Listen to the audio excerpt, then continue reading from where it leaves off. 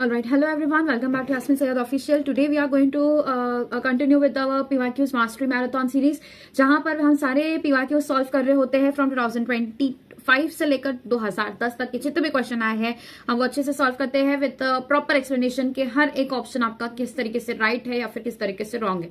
Everything I want कि clear होना चाहिए स्टूडेंट्स के लिए. So I discuss each and every option. And secondly ये क्वेश्चन आपको तभी सॉल्व करने हैं, तभी ही देखने हैं इसके सोल्यूशन जब आपको नहीं आ रहा होता है. ठीक है, जब आपको आ रहा है try to solve it on your own. First write your own opinion on this question. ठीक है, आपको खुद एक पेपर और पेन लेके बैठना है और इसको मार्क करना है. 1 का मैम ने बताया है क्वेश्चन. फर्स्ट क्वेश्चन ये दिखाई दे रहा है स्क्रीन पर. इसका आंसर बी होगा या इसका आंसर 3 होगा या 4 होगा, वॉट एवर, वो आपको खुद लिखना है. And then you have to see कि मैम ने क्या बताया, मतलब मैंने क्या बताया. उसके बाद में आपको देखना है कि मैं क्या एक्सप्लेनेशन दे रही हूँ या फिर क्या आगे मैं बता रही हूँ. पूरा लेक्चर देखना है, एंड तक देखना है. बस इतना याद रखना है कि आपको क्वेश्चंस खुद से सॉल्व करने हैं. Then you have to refer to the questions, to the solutions. Okay, so start करते हैं. बायोमोलिक्यूल्स का एक बार वेटेज बता देती हूँ. 3 से 4 क्वेश्चन का वेटेज होता है. लगभग 20 मार्क्स का आपका यहाँ पर वेटेज हो जाता है बायोमोलिक्यूल्स से. चैप्टर इंपॉर्टेंट है. इसके बाद में हमें कौन सा चैप्टर करना चाहिए ये भी आप लोग मुझे बता दो. कमेंट सेक्शन में सारे फीडबैक आप लोग देख दो. आपको अगर कुछ नहीं समझ में आ रहा है you can just comment down. Second important thing, इसका जो भी पीडीएफ है, ठीक है, क्वेश्चन के फॉर्म में क्वेश्चन और इसका आंसर की आपको मैं प्रोवाइड कर दूंगी. Everything will be provided on my Telegram channel. Link is given in the description. Go and join the channel now. First thing, ठीक है, ये हो गया. दूसरी चीज ये हो गई. अब सेकेंडली इसका आंसर की और जो लेक्चर के नोट्स बनते हैं, क्योंकि हम एनसीईआरटी रीडिंग सीरीज भी चला रहे हैं, तो एनसीईआरटी रीडिंग सीरीज के भी जो NCERT reading is not just reading, वहां पर हम पूरा एक्सप्लेनेशन करवा रहे होते हैं. वो चीजें इधर का PDF, and then thirdly 1 short series जो हम करवा रहे हैं वहां के पीडीएफ, एंड अभी जो नया मैंने स्टार्ट किया ट्रिक्स एंड टिप्स वाला, ये मैं आपको, ठीक है, मोस्ट ऑफ द टाइम्स मैं आपको कई जगह निमोनिक बता रही हूँ, लेकिन मोस्ट ऑफ द टाइम्स आपको कंसेप्चुअल मेथड के थ्रू आपको चीजें याद करवाने का ट्राई करती हूँ. वो लेक्चर्स आपके बहुत इंपॉर्टेंट है. तो ये सब का PDF is available on my Telegram channel. Link is given in description. Go and join now. NEET के सारे अपडेट्स मिल जाएंगे वहां पर. एंड सेकंड इंपॉर्टेंट थिंग, बहुत इंपॉर्टेंट नोटिस है, इस पर ध्यान दो, वेरी इंपॉर्टेंट. अभी क्या कर रहे हैं हम, एक और सीरीज चला रहे हैं जहां पर we are discussing difficult questions from each and every chapter. तो हम क्या डिस्कस कर रहे हैं, डिफिकल्ट क्वेश्चंस कर रहे हैं for each and every chapter. ठीक है, तो जैसे अभी बायोमोलिक्यूल्स हुआ है, उसका डिफिकल्ट क्वेश्चन का एक वीडियो बनके अपलोड हो चुका है. So you can check it out. Playlist बन के मैं आपको सेपरेट प्रोवाइड करवा दूंगी. लिंक मैंने डिस्क्रिप्शन में दे दी है. You can watch it any time. Question practice करना है, भर के करना है. ठीक है, अब स्टार्ट करते हैं. First question, protein portion of an enzyme is called. देखो बहुत सिंपल क्वेश्चन आया है, नीट 2025 का ये क्वेश्चन है. देखो, होलो एंजाइम एक चीज होती है. होलो एंजाइम किसे कहते हैं? Holo enzyme is nothing but apo enzyme plus, okay, को एंजाइम जो उसके साथ में लगा हुआ पार्ट है. एपो एंजाइम जो प्रोटीन वाला पार्ट होता है किसी भी एंजाइम का, ये मिला के पूरा होलो एंजाइम बनाता है. होलो में ही नाम क्या आ रहा है, होल एंजाइम को हम होलो एंजाइम कहते हैं. किससे बना है? एपो एंजाइम और को एंजाइम को कैसे याद रखो, क्योंकि को का मतलब क्या होता है, साथ में काम करने वाला. तो एंजाइम के साथ में काम करने वाला है, इसीलिए उसको हम को एंजाइम कहते हैं. तो प्रोटीन पोर्शन तो एंजाइम वाला पोर्शन होता है, that is called as apoenzyme. ठीक है, अब यहाँ पर जो प्रोटीन पोर्शन है वो एपो एंजाइम ही हो सकता है, प्रोस्थेटिक ग्रुप नहीं हो सकता, को फैक्टर भी नहीं हो सकता, कोई एंजाइम भी नहीं हो सकता, क्योंकि ये तीनों ही क्या है, को फैक्टर्स है which are a part of coenzyme. Okay, now list 1 और लिस्ट 2 इसको मैच करना है. नीट 2025 का क्वेश्चन है. एडिनोसिन क्या है? ये एक न्यूक्लियोसाइड है. हमने सबके स्ट्रक्चर्स देखे, एवरीथिंग वी हैव डिस्कस्ड. आपको वो लेक्चर जाके देखना चाहिए, बहुत इंपॉर्टेंट है, बहुत जरूरी है. तो एक बार आप लोग उसको जाके चेक आउट कर लो. ठीक है, जरूरी है इसलिए बता रही हूँ. You need to check those questions, दो स्ट्रक्चर्स. ठीक है, 1 शॉट में भी बताया है मैंने, एनसीईआरटी रीडिंग सीरीज में भी बताया. एडिनाइलिक एसिड क्या है? न्यूक्लियोटाइड है. ठीक है, हर न्यूक्लियोटाइड के लिए इस तरीके से हम करते हैं, जब हम उसके अंदर एक फॉस्फेट ग्रुप ऐड करते हैं, we call it as adenylic acid. ठीक है, then we have cytidylic acid, we have the uridylic acid, इस तरीके से. ठीक है, थाइमिडाइलिक एसिड, इस तरीके से. एडिनाइन नाइट्रोजनस बेस है बेटा. एडिनाइन क्या है? प्यूरिन है. प्यूरिन का स्ट्रक्चर, पिरामिड का स्ट्रक्चर, सब कुछ स्ट्रक्चर आपको बताया हुआ है. ठीक है, एडिनाइन को हम क्या कहते हैं? 6 अमाइनो प्यूरिन भी कहते हैं. तो यहाँ पर जब आप स्केलेटल स्ट्रक्चर कर लेते हो तो आपके लिए बहुत ईजी हो जाएगा बाकी के नाइट्रोजनस बेसिस का स्ट्रक्चर याद रखने के लिए, क्योंकि आपको स्केलेटल स्ट्रक्चर पता है. आपको पता है कि प्यूरिन के जो 6th कार्बन है वहां पर एक अमाइनो ग्रुप जुड़ा देना है. आपका प्यूरिन, आपका एडिनाइन बनके रेडी है. तो आप इसको अच्छे से क्वेश्चंस, ये सारे स्ट्रक्चर्स आपको काम आएंगे यार, पेपर में काम आएंगे. बिल्कुल रिस्क नहीं ले सकते हो, एक भी क्वेश्चन को छोड़ना नहीं है. एक भी क्वेश्चन का आपका 4 मार्क्स 5 मार्क्स जाता है, जिससे रैंक हजारों गिर जाती है. ठीक है, तो इसको मत होने दो. एडेनाइन आपको नाइट्रोजनस बेस है, नाम याद रखना. ये एलेनिन, ये तो बिल्कुल ही अलग सा नाम है. थोड़ा सिमिलर लग सकता है, कंफ्यूज हो सकते हो, लेकिन alanine is not at all a part of nucleotide, it is in fact an amino acid. ठीक है, अमाइनो एसिड है, मतलब इससे बनते हैं प्रोटीन्स। एलेनिन, एलेनिन का आर ग्रुप बताना जरा, क्या होगा वेरिएबल ग्रुप एलेनिन का? एलेनिन का वेरिएबल ग्रुप होता है मिथाइल ग्रुप। ठीक है, तो एलेनिन हो जाता है, this is a amino acid. Adenine क्या हो जाता है? नाइट्रोजनस बेस, सी का 1 डी का 4, सी का 1 इधर है, डी का 4 भी इधर है, बी बता दो। Adenylic acid, adenylic acid is definitely nucleotide and adenosine is this, तो ए का 3 हो जाता है, ऑप्शन 1 इज करेक्ट। ठीक है, यहां पर ऑप्शन 1 करेक्ट था, यहां पर भी ऑप्शन 1 करेक्ट है। Moving on to the next question, it says which one of the following enzymes contain heme as the prosthetic group. तो हमने पढ़ा है कि जो हीम होता है this is the prosthetic group of course, लेकिन ये किसके साथ जुड़ा होता है? कौन से एंजाइम के साथ जुड़ा होता है? तो इसका काम होता है कैटलेज में। कैटलेज जो होता है, ठीक है, पेरोक्सीडेज भी इसको हम कहते हैं, पेरोक्सीडेज, इसके अंदर क्या करते हैं हम, क्या लगा होता है? हीम ग्रुप प्रोस्थेटिक ग्रुप बनके लगा होता है। ठीक है, तो प्रोस्थेटिक ग्रुप किसके अंदर मिलता है? कैटलेज के अंदर मिलता है। रुबिस्को ये एंजाइम के अंदर नहीं मिलता, सक्सिनेट डिहाइड्रोजनेज के अंदर नहीं मिलता। Catalase example as per your NCERT दिया है। Name the class of enzyme, okay this should be enzyme that usually catalyse the following reaction. यहाँ पर ये 2025 का क्वेश्चन है, ये भी देखो 2025 में हम 3 क्वेश्चन देख लिए हैं कि NEET 2025 one of the toughest papers आया था, जहां पर बायोलॉजी के अंदर वही सेम वेटेज रखा है बायोमोलिक्यूल्स का। ठीक है, तो यहाँ पर क्या हुआ है, सबस्ट्रेट और ग्रुप 2 चीजें जुड़ी थी, और सबस्ट्रेट एस जो है ये अनदर सबस्ट्रेट है जो अलग पड़ा था, लेकिन अब क्या हुआ, यहाँ पर एक पहला वाला सबस्ट्रेट अलग हो गया और ग्रुप जाके एस के पास में जाके मिल गया, मतलब सेकंड सबस्ट्रेट के पास जाके मिल गया। मतलब यहाँ पर क्या हुआ है, सिंपल ट्रांसफर हुआ है, ट्रांसफर हुआ है, दैट मींस ट्रांसफरेज यूज हुआ रहेगा। सिंपल सा है यार। लाइगेज क्या करता है? लाइगेशन करवाता है। देखो लाइगेज और लाइगेज के अंदर आप ठीक है कंफ्यूज नहीं होना है। लाइगेज जो होता है, ठीक है, लाइसिस के वर्ड आपको याद रखना है, लाइगेज के लिए लाइसिस वर्ड याद रखना है, लाइगेज के लिए लाइगेशन वर्ड याद रखना है। ये आपको मॉलिक्यूलर बेस ऑफ इनहेरिटेंस और वेरी इंपॉर्टेंट बायोटेक्नोलॉजी के अंदर ये वर्ड बार बार यूज किया जाता है, लाइगेज। लाइगेज मतलब जोड़ना। ठीक है, किसी भी चीज को जब आप जोड़ते हो ना, जोड़ने का काम कौन कर रहा होता है, that process is called as ligation, और वो करने वाला जो एंजाइम होता है उसको हम लाइगेसेस कहते हैं। तो लाइगेज वो एंजाइम हो जाता है जो जोड़ता है। हाइड्रोलेज और ठीक है लाइएस, ये सारे भी आपने देखे। हाइड्रोलेज लाइएस क्या करता है, लाइसिस ब्रेकडाउन करवाता है। हाइड्रोलेज क्या करवाता है, we provide water and lysis करवाते हैं, तो वो हाइड्रोलेज हो जाता है। तो first option is correct. Next question is inhibition of succinate dehydrogenase. Succinate dehydrogenase बहुत फेमस एग्जांपल है ये। ठीक है, 2024 का क्वेश्चन यहाँ पर आप पूछा है, सक्सिनेट डिहाइड्रोजनेज फेमस एग्जांपल दिया है। कौन इसको इनहिबिट कर रहा होता है?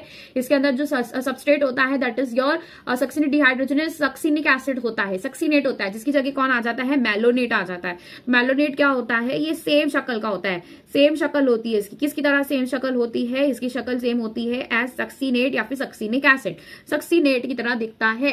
ये क्या करता है, जाके ये फेमस एंजाइम है सक्सिनिक डिहाइड्रोजनेज, इसके ऊपर जाके बैठ जाता है, क्रेब्स साइकिल को रुका देता है। क्रेब्स साइकिल के अंदर हमने ये देखा है, राइट। तो कॉम्पिटिटिव इनहिबिशन करवा रहा है, क्यों? क्योंकि इसकी शक्ल सेम है, इसलिए कॉम्पिटिटिव होगा ये। एंजाइम एक्टिवेशन का तो कोई रोल ही नहीं है मैलोनेट के अंदर, मैलोनेट तो रुका रहा है, एंजाइम का एक्टिवेशन नहीं करवाता है। कोफैक्टर इनहिबिशन नहीं, फीडबैक इनहिबिशन नहीं, ये दोनों ही बहुत ही अलग टॉपिक है। फीडबैक इनहिबिशन के अंदर जो होता है ये एंजाइम की एक्टिविटी को रुकाता है थ्रू प्रोडक्ट्स, जो प्रोडक्ट फॉर्म हुए। यहाँ पर एक दूसरा कोई सबस्ट्रेट आया है जो कि ओरिजिनल सबस्ट्रेट को मिलने नहीं दे रहा, that is what is competitive inhibition. Lecithin क्या है? It is a phospholipid. ठीक है, लेसिथिन पूछा है, 2024 का क्वेश्चन है, ये क्या है हमको पता है, ये फॉस्फोलिपिड है। फॉस्फोलिपिड कैसे बनता है? फॉस्फोराइलेटेड ऑर्गेनिक कंपाउंड को किससे मिलाते हैं? जब हम लिपिड से मिलाते हैं, दैट मेक्स फॉस्फोलिपिड। इसी का दूसरा नाम क्या है? Phosphatidyl choline, phosphatidyl choline. Okay, molecular weight organic compound found in living tissues. It is an example of what? किसका एग्जांपल है? ग्लिसराइड नहीं, ग्लिसराइड के अंदर क्या देखते हैं हम?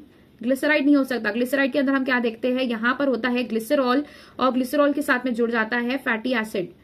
ठीक है, फैटी एसिड जुड़ जाता है, तो ग्लिसराइड नहीं हो सकता। कार्बोहाइड्रेट्स नहीं हो सकता बेटा। लेसिथिन एग्जांपल नाम याद रखना है, ये किसका मिड पार्ट है? ये फैट्स का पार्ट है, लिपिड्स का पार्ट है ये। ठीक है, याद रखना है। कार्बोहाइड्रेट, अमाइनो एसिड में भी ठीक है लेसिथिन नहीं मिलता है। सबसे ज्यादा इंपॉर्टेंट रखने वाली ये चीज है, याद रखने वाली ये चीज है कि lecithin is included in lipids. Firstly ये याद होना चाहिए। दूसरी चीजें तो आपके दिमाग में बाद में आनी चाहिए। ठीक है, पहले तो आपको ये पता होना चाहिए, दिमाग में देखते साथ ही अमाइनो एसिड और कार्बोहाइड्रेट तो हो ही नहीं सकता, क्योंकि lecithin itself is a lipid. ठीक है, cofactor of the enzyme carboxy peptidase is, देखो कार्बोक्सी पेप्टाइडेज का को एंजाइम हमने क्या देखा है? ठीक है, को फैक्टर कौन सा होता है यहाँ पर? कार्बोक्सी पेप्टाइडेज, इसके अंदर होता है जिंक वाला पार्ट। हीम किसके अंदर मिलता है? हीम मिलता है वो कैटलेज इस एंजाइम के अंदर मिलता है। और नायसिन जो होता है ये एनएडीपी और एनएडी के अंदर मिलता है। ये एनएडीपी और एनएडी के अंदर क्या मिलता है हमें? Niacin. Niacin is nothing but your nicotinic acid, nicotinic acid. Nicotinic acid is nothing but your vitamin B3। बेटा ये सारी चीजें इंपॉर्टेंट है, ठीक है, सारे ऑप्शंस इंपॉर्टेंट है, याद आपको यही सारी चीजें रखनी है, बस आपको पता होना चाहिए थर्ड ऑप्शन करेक्ट ऑप्शन है। क्यों करेक्ट ऑप्शन है? क्योंकि एनसीईआरटी में बताया कार्बोक्सीपेप्टाइडेज क्या करवाता है, पेप्टाइड बॉन्ड तोड़ता है, पेप्टाइड बॉन्ड को ब्रेक करता है और इसके अंदर जो कोफैक्टर लगा होता है दैट इज जिंक, ठीक है।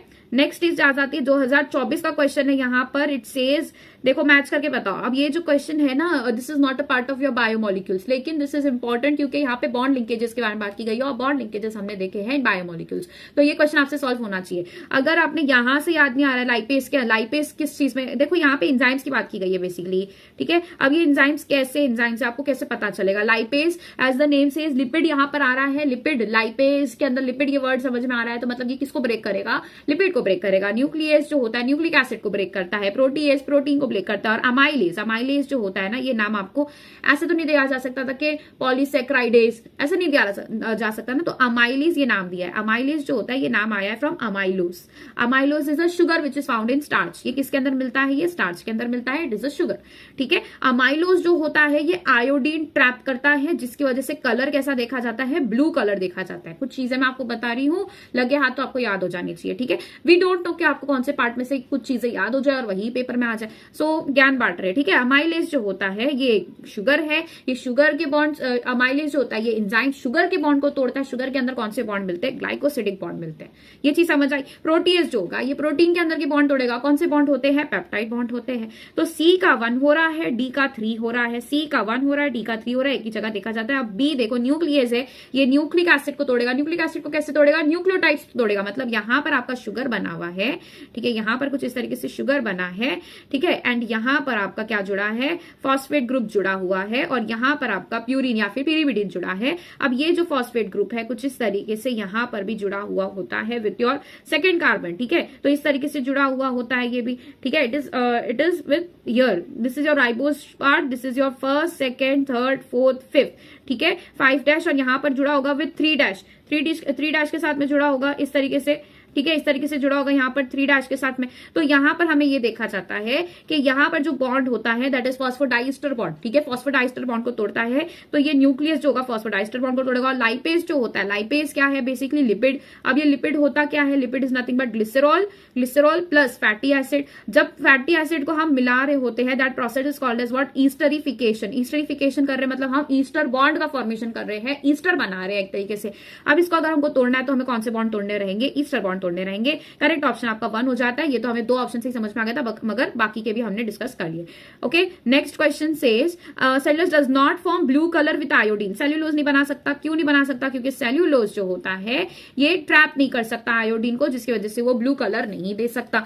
दूसरी चीज, सेल्यूलोज जो होता है it is a long chain, ठीक है, ये लॉन्ग चेन बनाता है, ये कोई हेलिक्स नहीं बनाता, ठीक है, तो ये हेलिकल नहीं बनाता है, not a helical molecule, does not contain complex helices and hence can not hold iodine molecules. ये बिल्कुल सही चीज है। ये कौन कर सकता है फिर? ये अमाइलोज कर सकता है, ठीक है। क्या अमाइलोपेक्टिन कर सकता है? क्या अमाइलोपेक्टिन जो दूसरा पार्ट है ना स्टार्च का, अमाइलोपेक्टिन भी नहीं कर सकता। क्यों नहीं कर सकता? क्योंकि ये ब्रांच्ड होता है, ठीक है, ये ब्रांच्ड होता है, ये हेलिसिस नहीं फॉर्म करता, ये हेलिक्स नहीं फॉर्म करता। इस तरीके से जो हेलिक्स फॉर्म करते हैं ना वो अपने अंदर आयोडीन के मॉलिक्यूल्स अपने अंदर ट्रैप कर सकते हैं, मगर अमाइलोपेक्टिन और सेल्यूलोज ये दोनों ही हेलिसिस फॉर्म नहीं करते। It breaks down when iodine reacts with it. Wrong, reason wrong है ये, इट इज अ डाइसैकेराइड, इस वजह से भी नहीं होता है। तो सेल्यूलोज नहीं बना सकता क्योंकि ये कॉम्प्लेक्स हेलाइसिस नहीं बनाता। Correct option is option number 2।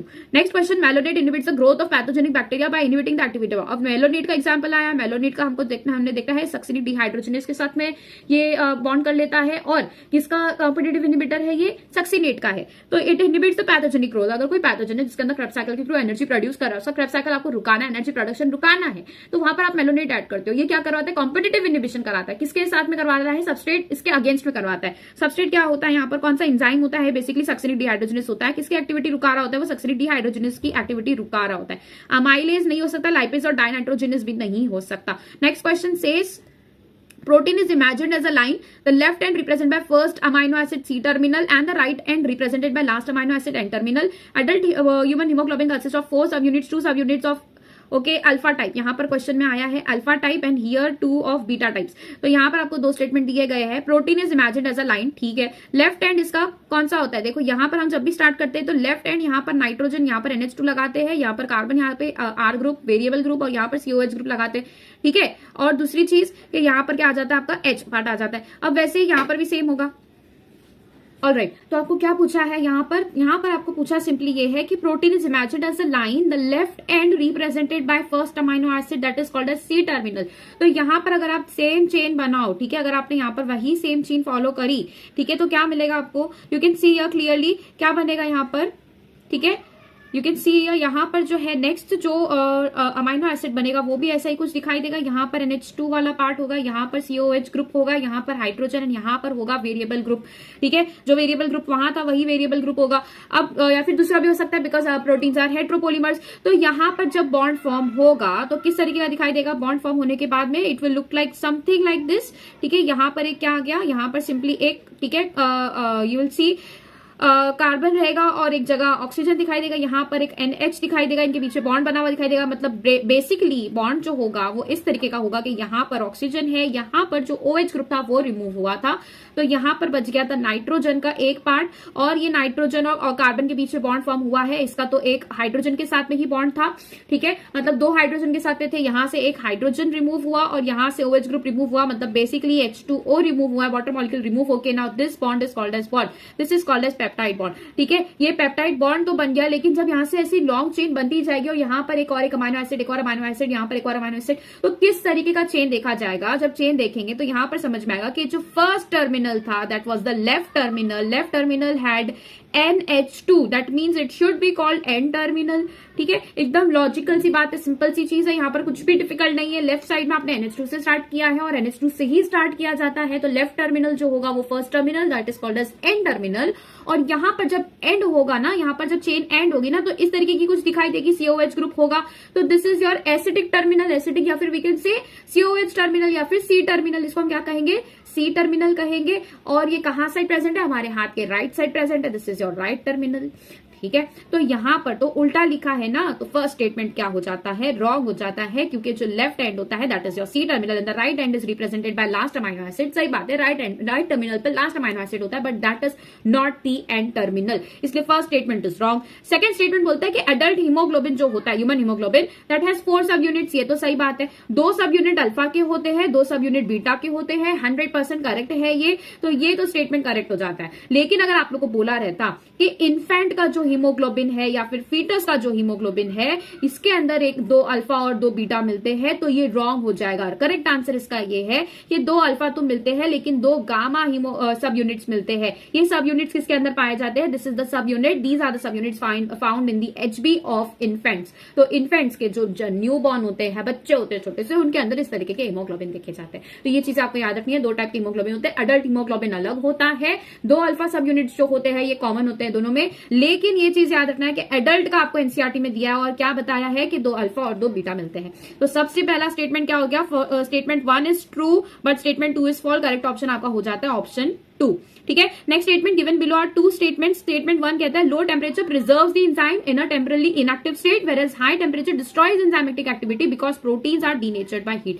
ये स्टेटमेंट डायरेक्ट फ्रॉम एनसीईआरटी है बेटा, एनसीईआरटी खोलो आपको समझ में आएगा, डायरेक्ट फ्रॉम एनसीईआरटी है। इसका मतलब क्या है कि लोअर टेम्परेचर पर वो थोड़ा क्या हो गया, टेम्परेचर उसका कम हो गया, तो वो उसको डिस्ट्रॉय नहीं कर रहा है, वो उसको कैटालिटिक एक्टिविटी उसकी लॉस्ट हो रही है लेकिन टेम्परली अनअवेलेबल हो रही है, वो टेम्परली उसके पास से वो कैटालिटिक एक्टिविटी छीनी जा रही है। लेकिन जब हायर टेम्परेचर पर आते हैं तो हायर टेम्परेचर पर क्या होता है, बॉन्ड्स टूटते हैं ना। जब आप हायर टेम्परेचर पर लेके जा रहे हो मतलब आप एनर्जी प्रोवाइड कर रहे हो, आप बॉन्ड्स टूट रहे हैं। हायर लेवल्स, हायर टेम्परेचर पर एनर्जी लेवल ज्यादा हो गया, वहां पर एनर्जी लेवल ज्यादा होने की वजह से बॉन्ड्स ब्रेक किए जा सकते हैं। बॉन्ड्स ब्रेक करने के लिए भी रिक्वायर एनर्जी, बॉन्ड्स ब्रेक हो रहे हैं, एक्टिव साइट बिगड़ रही है, प्रोटीन का स्ट्रक्चर बिगड़ रहा है, मतलब प्रोटीन डीनेचर्ड हो गया है। अब ऐसे डीनेचर्ड प्रोटीन को वापस अगर आप नॉर्मल टेम्परेचर पर लेकर आओगे तो भी बात नहीं बनेगी, उसकी एंजाइमेटिक एक्टिविटी लॉस्ट हो चुकी चुकी है। तो ये स्टेटमेंट बिल्कुल करेक्ट है। सेकंड स्टेटमेंट बोलता है when inhibitor closely resembles the substrate, inhibitor अगर कोई प्रेजेंट है वो इनहिबिटर सबस्ट्रेट की तरह दिखाई देता है, मॉलिक्यूलर स्ट्रक्चर उसका थोड़ा बहुत सिमिलर है, it inhibits the activity of the enzyme, it is called as competitive inhibitor. ये स्टेटमेंट भी बिल्कुल करेक्ट है। डायरेक्ट फ्रॉम एनसीईआरटी है बेटा, दोनों ही डायरेक्ट आए हुए क्वेश्चन है। So both statement are true, fourth option आपका करेक्ट हो जाता है। ठीक है, moving on to the next question, it says read the following statements below, it says choose the correct state, ठीक है, सेट ऑफ करेक्ट स्टेटमेंट्स। ठीक है, अब यहाँ पर करेक्ट स्टेटमेंट कौन से वो बताना है। फर्स्ट स्टेटमेंट क्या है, पढ़ो। फर्स्ट स्टेटमेंट में बताया है lecithin found in plasma membrane is a glycolipid. क्या ये ग्लाइकोलिपिड है? नहीं, लेसिथिन जो होता है इसका स्ट्रक्चर याद रखना है आपको। इसके अंदर फॉस्फेट मॉलिक्यूल्स मिलते हैं, फॉस्फेट ग्रुप मिलता है, तो इसके अंदर फॉस्फोरस प्रेजेंट होता है, इसीलिए ये कैसा हो गया, एक फॉस्फोलिपिड हो गया। कैसा लिपिड हो गया? फॉस्फोलिपिड। ग्लाइकोलिपिड वो लिपिड होते हैं जिसके अंदर शुगर मॉलिक्यूल्स प्रेजेंट होते हैं। ये 2022 का क्वेश्चन है, ध्यान से देखो। शुगर मॉलिक्यूल्स जिसके अंदर प्रेजेंट होते हैं दैट इज अ ग्लाइकोलिपिड। तो ये याद रखनी है चीजें, बिल्कुल भूलना नहीं है। ग्लाइकोलिपिड क्या है, फॉस्फोलिपिड क्या है। Saturated fatty acids possess one और more CC double bond. Saturated, जो अनसैचुरेटेड होता है, जो अनसैचुरेटेड होता है वहां पर आपको डबल बॉन्ड्स मिलते हैं। सैचुरेटेड में बेटा सिंगल बॉन्ड देखा जाता है। तो ये स्टेटमेंट भी रॉन्ग है। सेकंड फर्स्ट स्टेटमेंट भी रॉन्ग है। जिंजली ऑयल, ठीक है, जिंजली ऑयल मतलब क्या हो गया, सिसेमे ऑयल जो होता है it has lower melting point hence remain as oil in winter. मतलब कि तो लोअर मेल्टिंग पॉइंट को आप कैसे याद रखो, कम टेम्परेचर पर ही वो मेल्ट हो जाएगा, उसका मेल्टिंग पॉइंट कम है। ठीक है, अब लोअर मेल्टिंग पॉइंट है मतलब क्या हो गया, वो अगर 20 डिग्री सेल्सियस का उसका मेल्टिंग, ठीक है, अगर वो 20 डिग्री सेल्सियस रूम टेम्परेचर है और उसका 18 डिग्री सेल्सियस मेल्टिंग पॉइंट है, तो 20 डिग्री पर वो बिल्कुल लिक्विड फॉर्म में, ऑयल के फॉर्म में मिलेगा, फ्रीज हुआ नहीं रहेगा। वेयरएज फैट्स जो होते हैं, फैट्स कहां से मिलते हैं, फैट्स आर टेकन और we get fats from animals. और ये जो एनिमल का फैट होता है इसका जो मेल्टिंग पॉइंट होता है काफी ज्यादा हायर होता है, 25 डिग्री सेल्सियस, 24 डिग्री सेल्सियस। तो अगर आप 20 या फिर 18 डिग्री सेल्सियस जैसी कोई जगह पर लेकर जाओगे या फिर ठंडियों में अगर आप देखोगे तो ये पूरा जमा हुआ मिलता है, क्योंकि उस टेम्परेचर पर ये पहुंचा ही नहीं है कि वो मेल्ट हो सके। ठीक है, तो जिंगली ऑयल जो होता है it has lower melting point, has remains, ये करेक्ट स्टेटमेंट है। ठीक है, नेक्स्ट आ जाता है lipids are generally insoluble in water. सही बात है, लिपिड्स इनसॉल्युबल होते हैं वाटर में and soluble in organic solvent, ये भी सही चीज है। तो ऑर्गेनिक सॉल्वेंट्स के अंदर ये सॉल्युबल होते हैं। When fatty acid is esterified with glycerol monoglycerides are form. बिल्कुल सही है, जब आप ग्लिसरॉल लेते हो दिस इज योर ग्लिसरॉल। इसी तरीके का होता है, यहाँ पर OH ग्रुप प्रेजेंट है, यहाँ पर OH ग्रुप प्रेजेंट है, यहाँ पर OH ग्रुप प्रेजेंट है, यहाँ पर भी CH2, यहाँ पे भी CH2, यहाँ पे भी CH2, यही चीज देखी जाती है। ठीक है, यहाँ पर CH आ जाएगा, सॉरी यहाँ पर CH आ गया, यहाँ पर CH2, ये ग्लिसरॉल है। लेकिन जब यहाँ पर आपने कोई भी फैटी एसिड ऐड कर दिया, फैटी एसिड ऐड करने के लिए आपको क्या करना रहता है कि यहाँ पर कार्बन जुड़ा होगा। ठीक है, यहाँ पर कार्बन जुड़ा होगा और आपके पास में COH ग्रुप था, O ग्रुप वहां से रिमूव हो गया, यहाँ पर एक O ग्रुप आ गया और यहाँ पर क्या आ गई, उसकी लॉन्ग चेन आ गई। लॉन्ग चेन जो होती है ये 1 से 19 नंबर तक की हो सकती है, ये हमें पता है। ठीक है, तो इस तरीके से जब आप फैटी एसिड, ये जो पूरा पार्ट है, this part is of what, this part is of fatty acid. ये किसका पार्ट है, फैटी एसिड का पार्ट है, और ये पार्ट किसका है, ग्लिसरॉल का पार्ट है। जब आप इसको मिला रहे हो तो मतलब यहाँ पर देखो ईस्टर फॉर्मेशन हो रहा है, मतलब यहाँ पे जो प्रोसेस हम कर रहे हैं कौन सा है, वो ईस्टरिफिकेशन करवा रहे हैं। ईस्टरिफिकेशन जब हम कराते हैं तब ग्लिसराइड्स फॉर्म होते हैं। एक फैटी एसिड जुड़ा है, एक फैटी एसिड जुड़ने की ही बात की गई है। फैटी एसिड बोला है, एसिड्स नहीं बोला है। एक फैटी एसिड कंसिडर कर लेंगे यहाँ पर, तो फैटी एसिड को जब ग्लिसरॉल के साथ में ईस्टरिफाइड कराओगे तो सबसे पहले क्या बनेगा, मोनोग्लिसराइड ही बनेगा। जब दूसरा फैटी एसिड भी करवा दोगे, ठीक है, मतलब मोर देन 1 फैटी एसिड जब आप करवा रहे हो तो डाइग्लिसराइड, ट्राइग्लिसराइड इस तरीके का देखा जाता है। तो मोनोग्लिसराइड फॉर्म होता है। This statement is also correct. Your C, D and E statement is correct, option D is correct. ठीक है, moving on to 14 question, it says following are the statements with reference to lipids. इसके अंदर से बताना है हमको, correct answer बताना है। तो यहाँ पे सबसे पहले बात की गई है about lipids have only single bonds, these are called as unsaturated. Lipids having only single bonds, single bonds वाले कैसे होते हैं, सैचुरेटेड होते हैं। सिंगल बॉन्ड्स वाले सैचुरेटेड होते हैं, और जो सिंगल बॉन्ड्स वाले होते हैं हमारे बॉडी के लिए अच्छे नहीं होते हैं। It is unhealthy for us. Single bonds वाले जो फैट्स होते हैं दीज आर अनहेल्दी फैट्स। ठीक है, गुड फैट्स होते हैं। गुड फैट्स कैसे होते हैं, अनसैचुरेटेड होते हैं, अनसैचुरेटेड होते हैं, और इनके पास में डबल बॉन्ड होता है या तो ट्रिपल बॉन्ड प्रेजेंट होता है। तो यहाँ पे तो सिंगल बॉन्ड की बात की गई है और उनको अनसैचुरेटेड बोला है, रॉन्ग हो जाता है। Lecithin is a phospholipid, correct है। ट्राइहाइड्रोक्सीप्रोपेन ग्लिसरॉल होता है। ट्राइहाइड्रोक्सीप्रोपेन देखो ग्लिसरॉल का स्ट्रक्चर अभी ऊपर बताई हूं, इस तरीके का होता है, CH2 CH2 ठीक है, CH, और यहाँ पर आ जाएगा CH2, OH OH OH। ठीक है, यहाँ पर आपने क्या बना दिया, ये ट्राइहाइड्रोक्सीप्रोपेन ही तो बनाया है। This is called glycerol. Glycerol का स्ट्रक्चर मैंने आपको बता दिया, दिस इज कॉल्ड ग्लिसरॉल। तो ये स्ट्रक्चर, ये स्टेटमेंट भी सही है, ये भी सही है। पाल्मिटिक एसिड 20 कार्बन का होता है क्या, नहीं। देखो 2 एग्जाम्पल मैंने आपको कराए हैं, 2 एग्जाम्पल आपके टेक्स्ट बुक के अंदर दिए हैं, एक एराकिडोनिक एसिड का दिया है, एराकिडोनिक एसिड, और दूसरा दिया है पाल्मिटिक एसिड। अब इसको याद रखने का तरीका मैंने बताया है, एक याद रखोगे दूसरा अपने आप याद हो जाएगा। यहां पर है ना हम कार्बोक्सिल कार्बन को हटा के बता रहे हैं, ठीक है। आपको जो एनसीईआरटी में दिया है ना, इसके अंदर बताया ये 16 कार्बन का होता है, ये 20 कार्बन का होता है, तो वो स्टेटमेंट तो रॉन्ग हो जाता है। पाल्मिटिक एसिड 20 कार्बन का नहीं होता है। याद रखने का तरीका मैं बता रही हूँ कैसे याद करना है आपको।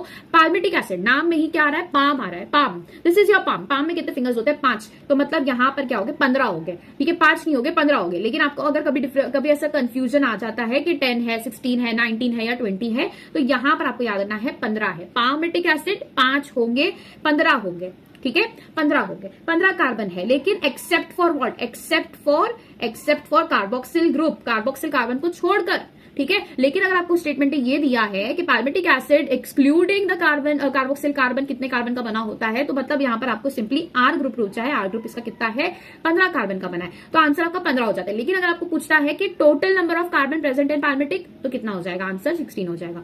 अगर आपको ये याद रहता है तो दूसरा तो ऑप्शन 20 का ही बचता है, और 20 इज फॉर एराकिडोनिक एसिड। इस तरीके से भी आप याद रख सकते हो कि एराकिडोनिक एसिड नाम लंबा है, कार्बन का जो चेन होगा वो भी लंबा होगा। पाल्मिटिक एसिड नाम छोटा सा है, कार्बन का चेन भी कैसा होगा, इन दोनों में छोटा वाला पाल्मिटिक का होगा। इस तरीके से याद रख सकते हो। ऑप्शन इसका करेक्ट ऑप्शन क्या हो जाएगा, ठीक है। तो ऑप्शन ये भी क्या हो जाता है, रॉन्ग हो जाता है। एराकिडोनिक एसिड है 16 कार्बन एटम्स, ये भी रॉन्ग हो जाता है। सो बी और सी ही खाली करेक्ट है, option B is your correct option, ठीक है। याद रखने का तरीका बहुत इंपॉर्टेंट था, ठीक है। नेक्स्ट बात करते हैं about identify basic amino acid. अब यहाँ पर मैंने आप लोगों को पूरा एग्जांपल कराया है, वन शॉट जाके देखो। वन शॉट में अगर नहीं समझ में आ रहा है, वन शॉट में तो वैसे समझ में आना चाहिए, एक एक चीज मैंने करवाई है। लेकिन अगर वहां से भी और डिटेल आपको चाहिए तो एनसीईआरटी में मैंने करवाया है, दोनों में स्ट्रक्चर कराया है, दोनों में स्ट्रक्चर याद करवाए हैं। एनसीईआरटी रीडिंग सीरीज भी फॉलो कर सकते हो, वन शॉट भी फॉलो कर सकते हो। इसके अलावा ट्रिक्स और टिप्स का जो वीडियो है वहां पर भी देखो, मैंने बेसिक और एसिडिक को याद रखने के तरीके, एसेंशियल नॉन एसेंशियल को याद रखने के तरीके, सल्फर कंटेनिंग के एग्जाम्पल्स, ये सब कुछ मैंने कराया है। ट्रिक्स और टिप्स में भी कराए हैं, लेक्चर में भी कराया है, वन शॉट में भी कराया है, बार बार करवाती हूं मैं। यहां पर बेसिक जो है ना, बेसिक का एग्जांपल है HLA, ठीक है, HLA, जिसके अंदर से हिस्टिडीन जो होता है ये लीस्ट बेसिक होता है, ठीक है। मतलब इसके अंदर क्या होते हैं, NH2 इतने ज्यादा ओपनली प्रेजेंट नहीं होते हैं। तो ये आपका हिस्टिडीन, आर्जिनिन और लाइसिन जो है ये कहां प्रेजेंट होते हैं, हिस्टोन के अंदर प्रेजेंट होते हैं। हिस्टोन प्रोटीन्स कहां पर देखे हमने, डीएनए पैकेजिंग के अंदर देखे।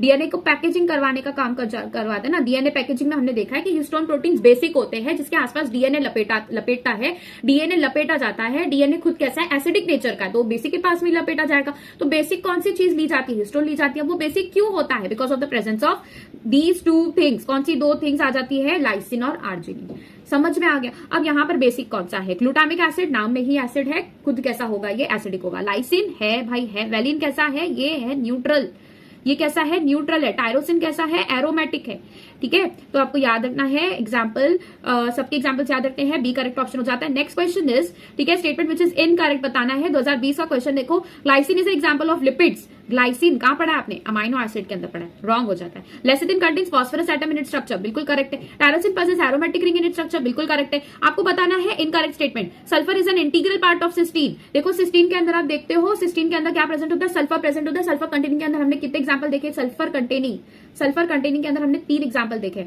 एक तो देखा है हमने सिस्टीन, ठीक है, सिस्टीन एक हो जाता है, दूसरा हो जाता है मिथियोनिन।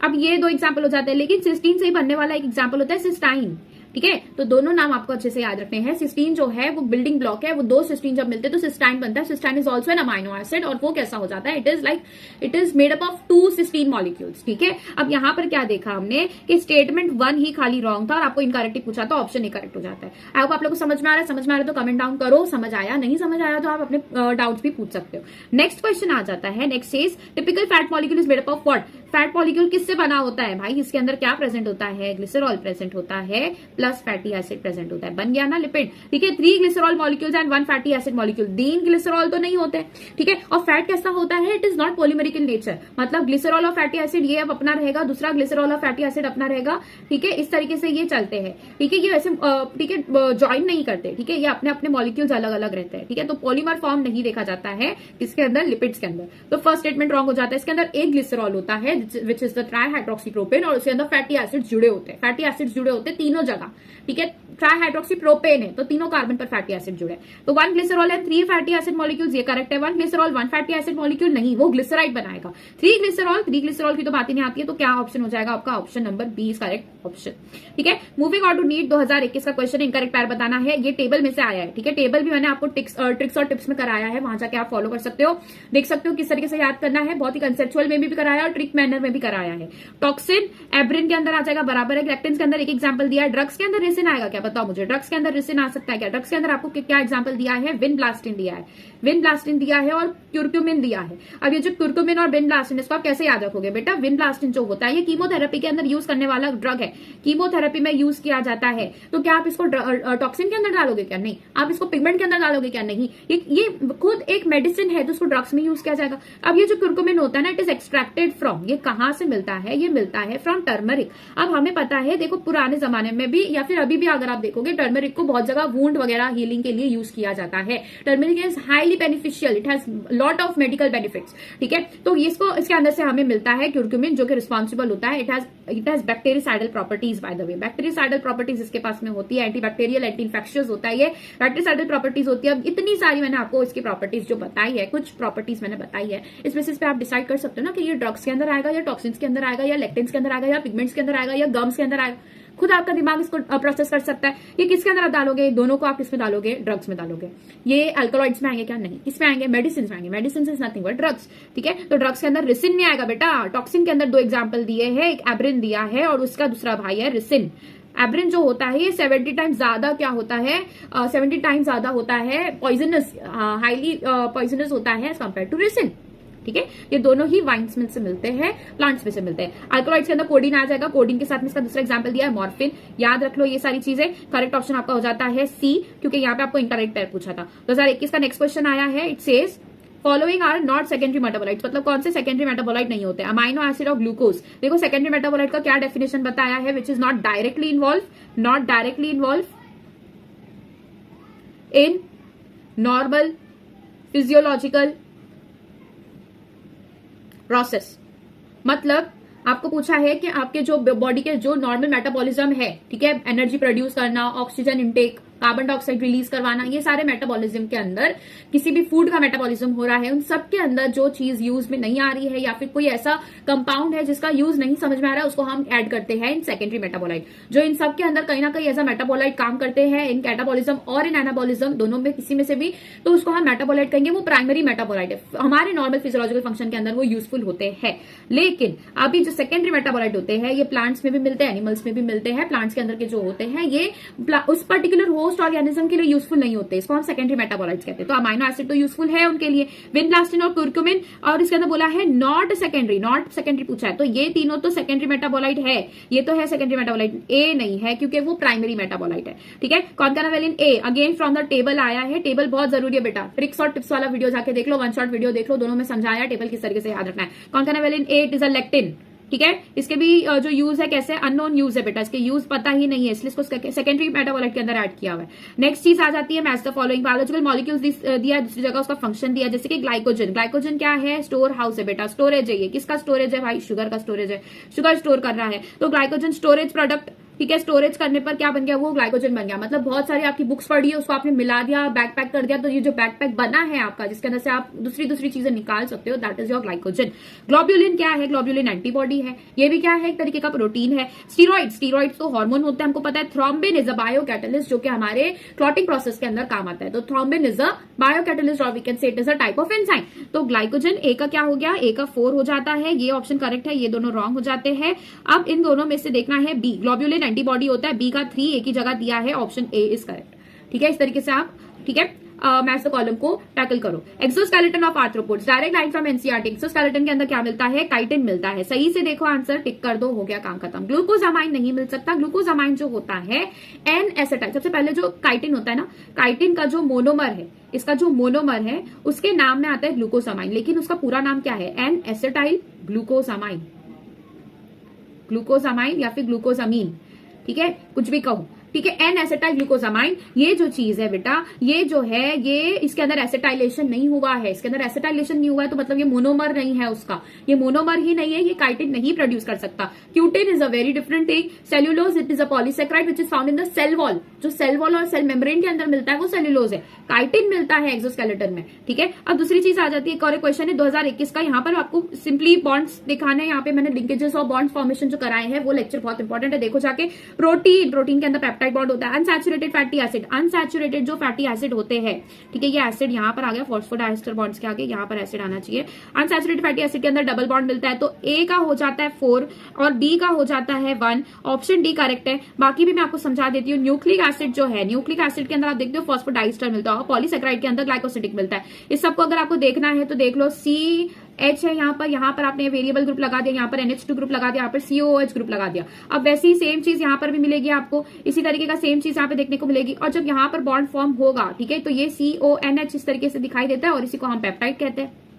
ठीक है, अब दूसरी आ जाती है अनसैचुरेटेड फैटी एसिड, इनके बीच में डबल बॉन्ड्स होते हैं, तो फैक्ट है। दूसरा न्यूक्लिक एसिड, न्यूक्लिक एसिड जो होता है इसके अंदर फॉस्फोडाइस्टर बॉन्ड मिलता है। किस तरीके से देखते हैं फॉस्फोडाइस्टर बॉन्ड, इस तरीके का जो है, सबसे पहला शुगर प्रेजेंट है, ठीक है, यहाँ पर शुगर प्रेजेंट है, यहाँ पर प्रेजेंट है तुम्हारा क्या, फॉस्फेट ग्रुप, यहाँ पे फॉस्फेट ग्रुप जुड़ा है। अब दूसरी जगह ये अगेन जुड़ा होगा from what, from one sort of sugar, ठीक है, और यहाँ पर क्या जुड़ा होता है, प्यूरिन्स। वैसे यहाँ पर क्या जुड़े हो सकते हैं, पिरिमिडिन्स या फिर प्यूरिन्स जुड़े हो सकते हैं। तो अब यहाँ पर क्या हुआ है, यहाँ पर आपका कौन सा कार्बन है, 5th कार्बन है, किसके साथ में जुड़ा है, यहाँ वाले कार्बन के साथ जुड़ा है, which is your 5th carbon. और यहाँ पे किसके साथ जुड़ा है, 1 2 3, ठीक है, ये किधर जुड़ा है, देखो सही से, 1 2 3 4, और यहाँ पर जो है ना ऊपर 5वां कार्बन प्रेजेंट है, ठीक है, ये 5वां कार्बन प्रेजेंट है। तो ये जो बॉन्ड फॉर्म कर रहा है यहाँ पर 5 डैश, ठीक है, यहाँ पर किसके साथ कर रहा है, ये फन, ठीक है, ठीक है, ये करता है फ्रॉम 1 के साथ में नहीं कर रहा है, 3 के साथ में कर रहा है, तो 5 डैश यहाँ पर है, यहाँ पर 3 डैश है। तो इस तरीके से बॉन्ड फॉर्मेशन होता है। और आप यहाँ पर देखो तो यहाँ पर जो फॉस्फेट है, इसने यहाँ पर एक बॉन्ड फॉर्म कर लिया है, दिस पर्टिकुलर पार्ट, और यहाँ पर एक बॉन्ड फॉर्म कर लिया। ये जो एक बॉन्ड है इसको हम ईस्टर बॉन्ड या फिर फॉस्फो ईस्टर कहते हैं, और यहाँ पर दूसरा बॉन्ड भी बन रहा है, मतलब एक फॉस्फेट ग्रुप 2 शुगर के साथ बना रहा है, now it is called as phosphodiester bond. समझ में आया। ग्लाइकोसिडिक बॉन्ड जो होता है शुगर्स के बीच के अंदर बनता है, इट इज कॉल्ड एज, ठीक है, ग्लाइकोसिडिक लिंकेज। नेक्स्ट आ जाते हैं 2016 का क्वेश्चन है, it says typical fat molecule is made up of what. जो फैट मॉलिक्यूल होता है ये वही रिपीट क्वेश्चन है, 1 glycerol and 3 fatty acid, 1 glycerol 3 fatty acid, option B is correct. ठीक है, नेक्स्ट क्वेश्चन 2020 का, identify the substance having glycosidic bond and peptide bond respectively. देखो ग्लाइकोसिडिक बॉन्ड किसके अंदर मिलता है, शुगर या फिर पॉलीसेक्राइड के अंदर मिलता है। पेप्टाइड बॉन्ड किसके अंदर मिलता है, प्रोटीन के अंदर मिलता है। अब मतलब आपको यही बेसिकली आपको क्या पूछा था, आइडेंटिफाई करो कि दोनों में से कौन सा पहला शुगर है और दूसरा प्रोटीन है। सिंपल सी चीज है। ग्लिसरॉल क्या है, ये it is a part of lipid, और it is we can say block of lipid. ठीक है, लिपिड के अंदर का एक पार्ट है ये, ठीक है, लिपिड के अंदर पाया जाता है। लेकिन ये क्या है, ये शुगर के अंदर पाया जाता है क्या, नहीं। ट्रिप्सिन जो है ये एक एंजाइम है, it itself is a protein. ठीक है, एंजाइम्स आर प्रोटीन्स। ठीक है, तो ये तो करेक्ट हो जाता है, लेकिन ये नहीं होता, तो ये भी रॉन्ग हो गया। दूसरा देखो cellulose, this is a polysaccharide. Lecithin, अब ये जो लेसिथिन है दिस इज अ प्रोटीन। ठीक है, हमने लेसिथिन लेसिथिन जो है this is a phospholipid, this is your phospholipid. ठीक है, तो ये तो रॉन्ग हो गया ना, फॉस्फोलिपिड लेसिथिन। क्यों फॉस्फोलिपिड, उसके अंदर फॉस्फेट ग्रुप ऐड होता है, और ठीक है फॉस्फोराइलेटेड ऑर्गेनिक कंपाउंड उसके अंदर जुड़ा होता है, इसलिए वो क्या हो गया, फॉस्फोलिपिड। अब ये भी ऑप्शन रॉन्ग हो गया। आपको पहला बोला है शुगर होना चाहिए, दूसरा क्या होना चाहिए, प्रोटीन। अब इन्यूलिन देखो, इन्यूलिन इज योर पॉलीसेक्राइड। ठीक है, it is made up of what, fructose molecules. Insulin, this is your hormone released by pancreas, जो कि क्या करता है, ग्लूकोज मॉलिक्यूल्स, ग्लूकोज लेवल्स हमारे ब्लड के अंदर से कम करता है, ग्लाइकोजन फॉर्मेशन करता है बेसिकली। तो ये इंसुलिन क्या है, this is a hormone which is a protein hormone, protein नहीं है। ठीक है, तो सी ऑप्शन करेक्ट हो जाता है। तो पहला तो सेल्यूलोज बोला विच is a sugar, and second protein बोला, इसके बीच में क्या होंगे, पेप्टाइड बॉन्ड्स होंगे। Chitin is a polysaccharide definitely. Cholesterol लेकिन क्या है, this is a lipid, wrong हो गया ना ये भी, तो करेक्ट ऑप्शन आपका सी हो जाता है। 2 functional groups characteristic of sugar. देखो अब जो शुगर होता है ना, बेसिकली इसके अंदर क्या देखा जाता है, कोई भी शुगर अगर होगा तो उसके पास में इस तरीके का ऑक्सीजन वाला ग्रुप होता है, which could be a ketone, ये कीटोज शुगर भी हो सकता है या फिर अल्डोज शुगर भी हो सकता है, तो अल्डिहाइड ग्रुप भी हो सकता है या फिर कीटोन ग्रुप भी हो सकता है। तो पहला तो हो गया कि इसके पास में एक कार्बोक्सिल कार्बन होता है। दूसरी चीज आ जाती है कि इधर पे इस तरीके से क्या बना होता है, ठीक है, हाइड्रोक्सिल ग्रुप भी प्रेजेंट होते हैं। ठीक है, इस तरीके से क्या प्रेजेंट होते हैं, हाइड्रोक्सिल ग्रुप प्रेजेंट होते हैं। तो 2 कैरेक्टरिस्टिक फीचर जो कार्बन के साथ में मिलता है, एक तो ऑक्सीजन के साथ में डबल बॉन्ड मिल जाएगा, ठीक है, जो कि रिंग फॉर्मेशन कर लेता है बाद में, और दूसरा हाइड्रोक्सिल पार्ट मिल जाएगा। तो एक कार्बोनिल कार्बन मिलता है और एक हाइड्रोक्सिल कार्बन मिलता है, दोनों चीज सही है। सो मिथाइल तो नहीं मिल रहा है यहाँ पर मिथाइल वाला पार्ट नहीं होगा। कार्बोनिल और मिथाइल नहीं होता है, जो इसका कैरेक्टरिस्टिक फीचर बताया, ठीक है। कैरेक्टरिस्टिक फीचर जो शुगर्स मतलब देख के हमें समझ में आ जाना चाहिए कि ये शुगर्स है, उसके लिए पूछा है। तो कार्बोनिल, फॉस्फेट तो इसके अंदर नहीं मिलता है, ठीक है। नेक्स्ट चीज आ जाती है रामाचंद्रन प्लॉट। अब ये रामाचंद्रन प्लॉट जो है, इस क्वेश्चन को ओडिशा वाले पेपर में 2019 में पूछा गया है। Ramachandran plot is nothing but यहाँ पर वाई एक्सिस होती है और यहाँ पर एक्स एक्सिस होती है। अब ये जो प्रोटीन्स होते हैं, बेसिकली प्रोटीन्स के अंदर ना एंगल्स बनते हैं, ठीक है। जब भी उसके अंदर राउंडिंग होती है तो उधर पे एक फाई और साई करके दो एंगल्स मिलते हैं, ठीक है। तो यहाँ पर मिलता है फाई एंगल और यहाँ पर मिलता है कुछ इस तरीके का साई एंगल, ठीक है। ये दोनों एंगल्स को जब वो प्लॉट करते हैं तो उनको समझ में आता है, जैसे यहाँ पर कोई चीज उन्होंने प्लॉट कर दी, यहाँ पर कोई चीज प्लॉट कर दी। तो इस तरीके से ये बेसिकली प्लॉटिंग वाला ग्राफ होता है, जिसको आप प्लॉट करते हो और समझने का ट्राई करते हो कि उसका 3D स्ट्रक्चर कैसा है, उसको हम रामाचंद्रन प्लॉट कहते हैं। रामाचंद्रन प्लॉट का क्या काम होता है? प्रोटीन्स के एंगल्स को जानना, कहां पर कौन सा एंगल फॉर्म हो रहा है, कैसी एक्टिव साइट बनी है और उसका 3D स्ट्रक्चर क्या है, उसका टर्शियरी स्ट्रक्चर किस तरीके से होता है, उसको एक्सप्लेन करने के लिए रामाचंद्रन प्लॉट का यूज किया जाता है। इसके ऊपर से क्वेश्चंस बिल्कुल भी एक्सपेक्टेड नहीं है, नहीं आ सकते, प्रोबेबिलिटी भी नहीं है, ठीक है। It is not even far from your NCERT. दूर भी देखोगे तो नहीं दिया है योर एनसीईआरटी। तो रामाचंद्रन प्लॉट कंफर्मेशन किसके लिए होता है? ये प्रोटीन के लिए होता है। एकदम सिंपल सा क्वेश्चन था, लेकिन रामाचंद्रन प्लॉट ये नाम ही अगर नहीं सुना होगा, पता ही नहीं होगा, तो फिर आप ये आंसर नहीं कर पाओगे। प्रोटीन्स के लिए यूज होता है। डीएनए आरएनए वगैरह नहीं देखा जाता है इससे। ठीक है, ट्राइएसाइल ग्लिसराइड्स ये सब भी नहीं देखा जाता है। सी ऑप्शन करेक्ट है। नेक्स्ट क्वेश्चन देखो, 2 पॉलीपेप्टाइड्स ऑफ ह्यूमन इंसुलिन, ठीक है, 2 पॉलीपेप्टाइड्स होते हैं ह्यूमन इंसुलिन के। They are link together by what? Disulphide bridges. तो यहाँ पर बहुत इंपॉर्टेंट चीज है याद रखने के लिए, जब भी 2 लिंकेजेस बनाने होते हैं, पॉलीपेप्टाइड्स मिलाने होते हैं, तो उसके अंदर डाइसल्फाइड लिंकेजेस होते हैं जो उसको स्टेबल रखते हैं, जो उसको बांधे रखते हैं। तो इस तरीके से 2 लिंकेजेस अगर 2 पॉलीपेप्टाइड्स प्रेजेंट है तो इनके बीच में जो लिंकेज बन रहे हैं, these are your disulphide bridges. Clear है? तो disulphide bridges option D correct हो जाता है। नेक्स्ट बात करते हैं अमाइनो एसिड ट्रिप्टोफैन। अब ये जो ट्रिप्टोफैन है बेटा, this is the most complex amino acid. पहली चीज, नाम सुनते ही आपको याद हो जाना चाहिए, ये most complex amino acid is nothing but tryptophan, ठीक है। It is the precursor for the synthesis of. अब ये ट्रिप्टोफैन जो होता है ये ऑक्सिन बनाता है, ठीक है। इसके अलावा ये क्या बनाता है? मेलाटोनिन बनाता है और ठीक है, सीरोटोनिन बनाता है। ये मेलाटोनिन और सीरोटोनिन क्या है?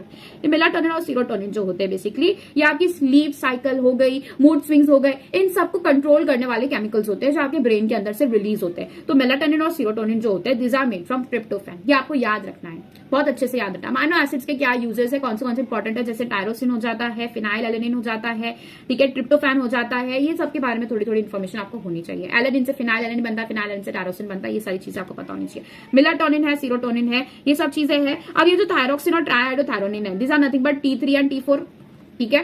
Thyroxine is T4, triiodothyronine is your T3। ये कहाँ है? ये थायराइड हार्मोन से, ठीक है, थायराइड हार्मोन से। कौन बनाता है ये बेटा? टायरोसिन बनाता है। कौन बनाता है? टायरोसिन बनाता है। ये आपको याद भी होनी चाहिए चीजें, वेरी इंपॉर्टेंट, ठीक है, वेरी इंपॉर्टेंट। टायरोसिन ये 2 चीजें बनाता है। Estrogen, progesterone, these are your ठीक है हार्मोन्स विच ओवेरियन हार्मोन्स, ठीक है। किससे बने होते हैं? ये प्रोजेस्टेरॉन से ही बनते हैं। अब दूसरा आ जाता है कॉर्टिसोल और कॉर्टिसोन, ये आपके स्टेरॉयडल हार्मोन्स है जो आपके सुप्रारीनल ग्लैंड और एड्रिनल ग्लैंड से निकलते हैं। अब ये जो है ना बेटा, this is not made from tryptophan, ठीक है। तो ट्रिप्टोफैन से जो बन रहा है that is melatonin and serotonin, ठीक है, समझ में आ गया। नेक्स्ट क्वेश्चन 2013 नीट कर्नाटका का क्वेश्चन है ये। It shows a hypothetical tetrapeptide portion of a protein which with part label A to D, which one of the following option is correct. इसके अंदर से करेक्ट ऑप्शन आपको बताना है। देखो इसके अंदर ना हाइपोथेटिकल टेट्रापेप्टाइड बताया, वैसे तो ये क्वेश्चन ही रॉन्ग था क्योंकि इसके अंदर के ऑप्शन बिल्कुल गलत दिए थे। जैसे सबसे पहले अगर बात करें तो यहाँ पर है ना ये क्या है, ये सबसे यहाँ पर क्या प्रेजेंट है? CH2OH प्रेजेंट है। हाइड्रोजन तो है, दूसरी जगह CH2OH प्रेजेंट है। देख के समझ में आ जाना चाहिए, दिस इज योर सीरीन, ठीक है। अब दूसरा देखो क्या बनाया है यहाँ पर, एक जगह तो CH2 और दूसरा क्या दिया है? SH पार्ट दिया है, मतलब सल्फर आ गया, मतलब ये कोई सल्फर कंटेनिंग है। ये स्ट्रक्चर आपको याद होना चाहिए था, किसका स्ट्रक्चर है? ये सिस्टीन का स्ट्रक्चर है। तो ये क्या हो गया? सिस्टीन हो गया। अब अगर यहाँ पर देखो तो यहाँ पर रिंग तो बनी हुई है, इसके आगे OH भी बना है, ये टायरोसिन है। ये देख के आपको याद हो जाना चाहिए, टायरोसिन है, ठीक है। अब यहाँ पर देखो जो ग्लूटामिक एसिड होता है, इसके अंदर 2 CH2 ग्रुप देखे जाते हैं और फिर COH ग्रुप देखा जाता है, ठीक है। ये किसका हो गया? ये ग्लूटामिक एसिड का हो गया, ठीक है। तो सबसे नियरेस्ट आपको क्या लग रहा है? अब आपने देखा इसके अंदर से ऑप्शन देख के तो आपको कंफ्यूजन होगा। अब now you have to move कि क्या चीजें इसके अंदर जो 4 ऑप्शन दिए हैं, डायग्राम देख के तो आपको कंफ्यूजन ही होगा। इसके अंदर के 4 ऑप्शन देख के आपको देखना जो सबसे रेलेवेंट हो, सबसे एक्यूरेट हो और सबसे क्लोज हो, उसको आपको मार्क करना है। तो इसके अंदर क्या चीजें दी है, चलो देखते हैं। सबसे पहले तो इसके अंदर दिया है A is the sulphur containing amino acid that is methionine. तो पहला जो ए है इसके अंदर सल्फर कंटेनिंग तो है नहीं है, तो ये वाला ऑप्शन तो रॉन्ग हो गया। बी क्योंकि सल्फर कंटेनिंग है और वो भी क्या नहीं है, मिथियोनिन नहीं है, that is cysteine. D is acidic amino acid glutamic acid, ये थोड़ा बहुत नियर लग रहा है आंसर के, लेकिन हम इसको मार्क नहीं करेंगे, बाकी दो ऑप्शन बाकी है। C is an aromatic amino acid which is tryptophan, नहीं ट्रिप्टोफैन नहीं हो सकता क्योंकि यहाँ पर OH ग्रुप जुड़ा है जो कि विच is a characteristic part of tyrosine. ठीक है, पूरा फिनाइलएलेनिन है, उसके आगे टायरोसिन का OH ग्रुप जुड़ा है। A is the C terminal amino acid and D is N terminal. A जो है ये सी टर्मिनल है क्या, इधर ही दिखाई दे रहा है कि यहाँ पर जो लास्ट अमाइनो एसिड है वो नाइट्रोजन वाला है, तो ये एन टर्मिनल हो गया। और डी के साइड में अगर आप देखो तो यहाँ पर कार्बोक्सिल कार्बन दिखाई दे रहा है, तो ये सी टर्मिनल हो गया।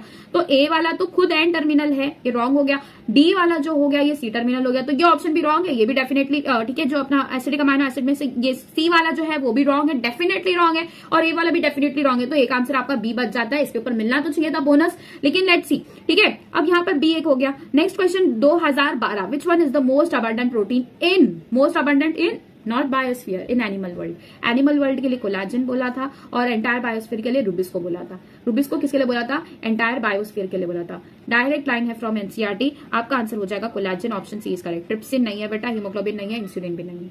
ठीक है, नेक्स्ट क्वेश्चन आ जाता है 32 क्वेश्चन। यहाँ पर आपको बोला है ए से डी देख लो अच्छे से, which one out of this below correctly represent the structural formula of basic amino acid. मतलब बेसिक अमाइनो एसिड बेसिकली कैसा दिखना चाहिए वो आपको पूछा है। तो यहाँ पे जो आर ग्रुप होगा इसके अंदर कार्बन के साथ में नाइट्रोजन जुड़ा होगा या फिर सिर्फ नाइट्रोजन जुड़ा होगा।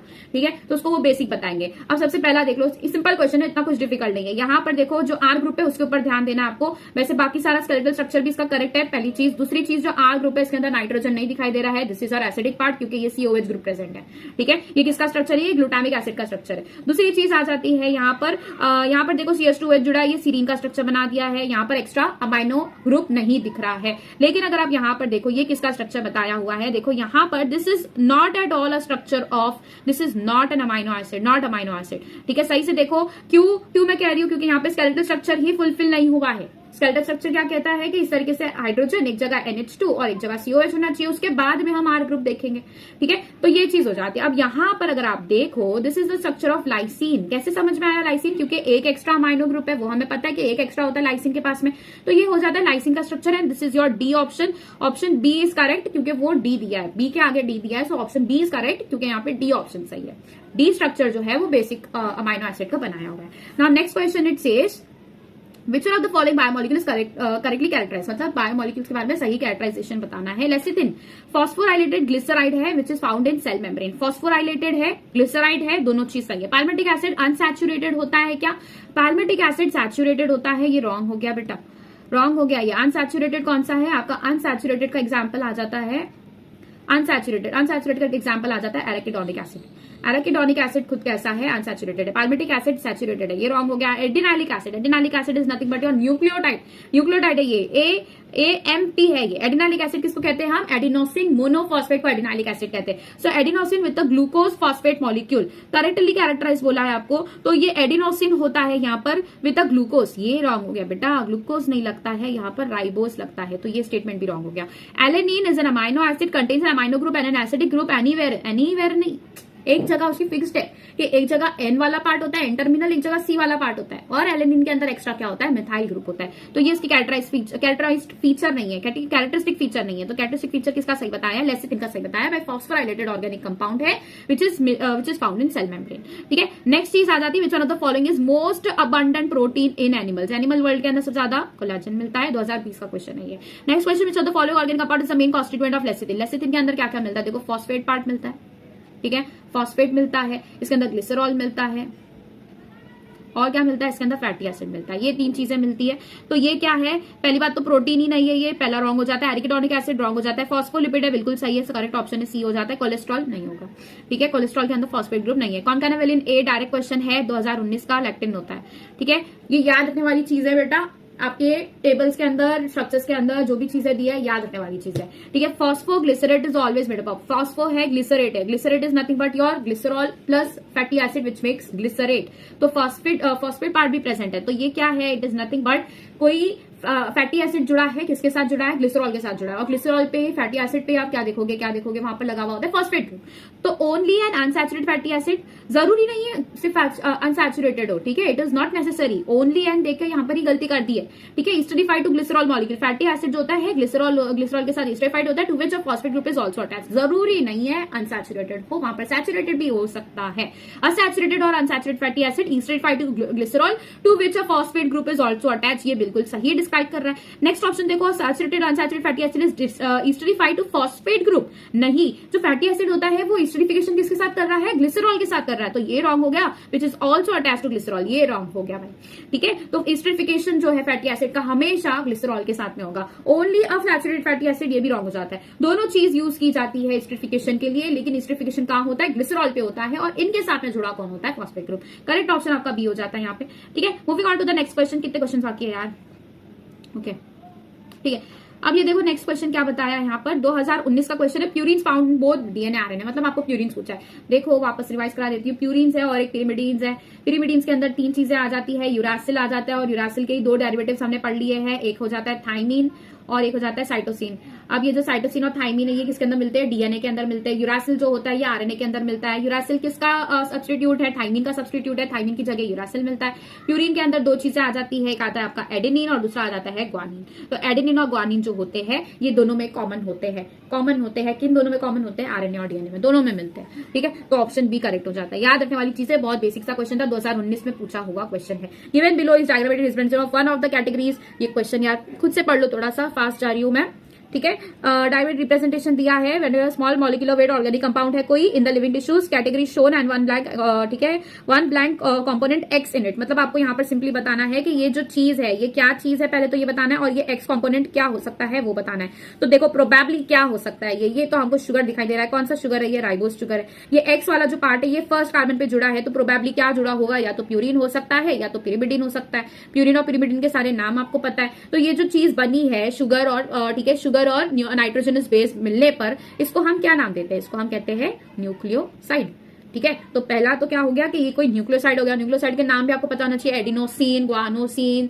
ठीक है, साइटिडीन और फिर थाइमिडीन और फिर यूरिडीन, ये हो गया आपके न्यूक्लियोसाइड के नाम। तो पहला तो कोलेस्ट्रॉल रॉन्ग हो गया, तो पहला ये अमाइनो एसिड रॉन्ग हो गया। ये कोई न्यूक्लियोटाइड भी नहीं हो सकता, क्योंकि न्यूक्लियोटाइड के लिए यहाँ पर फॉस्फेट ग्रुप जुड़ा होना जरूरी है, तो ये न्यूक्लियोटाइड भी नहीं है। करेक्ट ऑप्शन आपका ऑप्शन डी हो जाता है कि ये न्यूक्लियोसाइड है, और ऊपर की तरफ यूरासिल जुड़ा हो सकता है, कोई एक प्यूरिन या फिर पिरिमिडिन जुड़ा होता है। नेक्स्ट क्वेश्चन 2013 का है, ये मैक्रोमोलिक्यूल काइटिन, ये क्या है, मैक्रोमोलिक्यूल है, किसका बना हुआ है, ये एन एसिटाइल ग्लूकोसामाइन से बना है। किससे बना है, एन एसिटाइल ग्लूकोसामाइन, इसी को ही हम क्या कहते हैं, ठीक है, यही है आपका क्या, काइटिन, जो कि कहाँ मिलता है आपको, एक्सोस्केलेटन में मिलता है। तो ये फास्फोरस कंटेनिंग होता है क्या, नहीं। सल्फर कंटेनिंग होता है क्या, नहीं। ये सिंपल पॉलीसेक्राइड है क्या, नहीं। नाम में ही दिया है एन एसिटाइल, मतलब यहाँ पर एसिटाइलेशन किया हुआ है, नाइट्रोजन ग्रुप ऐड किया हुआ है, डी ऑप्शन करेक्ट हो जाएगा, ठीक है। दूसरा नाम याद रखो, थोड़ा थोड़ा जो टीचर एक्स्ट्रा करा रही है वो करते जाओ, आंसर्स आपके, क्वेश्चंस आपके बन जाएंगे, ठीक है। नेक्स्ट आ जाता है मेसोफॉलो, यहाँ पे बताया इनहिबिटर ऑफ कैटालिटिक एक्टिविटी। देखो सही मैच किया है क्या, आपको यहाँ पे ये देखना था, ठीक है, मैचिंग आपने सही की है क्या, ये देखना था। तो यहाँ पर मैच क्या, देखो यहाँ पे सही से मैच करना था बेसिकली, ठीक है। तो ए का क्या होगा, देखो इनहिबिटर कौन है, चोर कौन है यहाँ पर, ठीक है। इनहिबिटर आपका मेलोनेट है। मेलोनेट किसको इनहिबिट कर देता है, सक्सिनिक डिहाइड्रोजनेस को वो इनहिबिट कर देता है। किसका साथ में कॉम्पिटिटिव इनहिबिटर की तरह काम कर रहा है, कौन सा है वो सबस्ट्रेट, सक्सिनेट। सक्सिनेट की जगह कौन आ जाता है, मेलोनेट, जो कि स्ट्रक्चरली काफी सिमिलर होता है, एक्टिव साइड पे जाके बैठ जाता है और एक्टिविटी को रुका देता है। पसेस पेप्टाइड बॉन्ड्स, कोई प्रोटीन ही होगा, क्या नाम है प्रोटीन का, देखो रिसिन, ये तो प्रोटीन है हमने, ठीक है, ये सेकेंडरी मेटाबोलाइट है। Chitin, this is your polysaccharide. Collagen, collagen जो है बेटा हमारा इंट्रासेल्युलर सब्सटेंस होता है, ठीक है, इंटरसेल्युलर सब्सटेंस होता है, which is a collagen and which is a type of protein, ठीक है। Cell wall material in fungi क्या होता है, ये किसका बना होता है, रिसिन का बना होता है। और सेकेंडरी मेटाबोलाइट क्या है, सॉरी काइटिन का बना होता है, सेकेंडरी मेटाबोलाइट आपका रिसिन है। तो ए का हो जाता है 3 कॉम्पिटिटिव इनहिबिटर, बी का हो जाता है योर 4, सी का हो जाता है 3, और ठीक है ए का क्या बताया मैंने, 2 आएगा, सॉरी 3 नहीं आएगा, यहाँ पर 2 आएगा, और डी का हो जाएगा 1। सो 2 4 3 1, 2 4 3 1, 2 4 3 1, डी ऑप्शन करेक्ट है, ठीक है। नेक्स्ट क्वेश्चन 2019 ओडिशा का क्वेश्चन है, ये दे कैन सर्व, ठीक है। Prosthetic groups differ from coenzymes, क्या डिफरेंस है बेटा, पहला डिफरेंस ये है कि ये दोनों ऑर्गेनिक है, ये तो सिमिलैरिटी हो गई, ये टाइटली बाउंड होता है, पहला।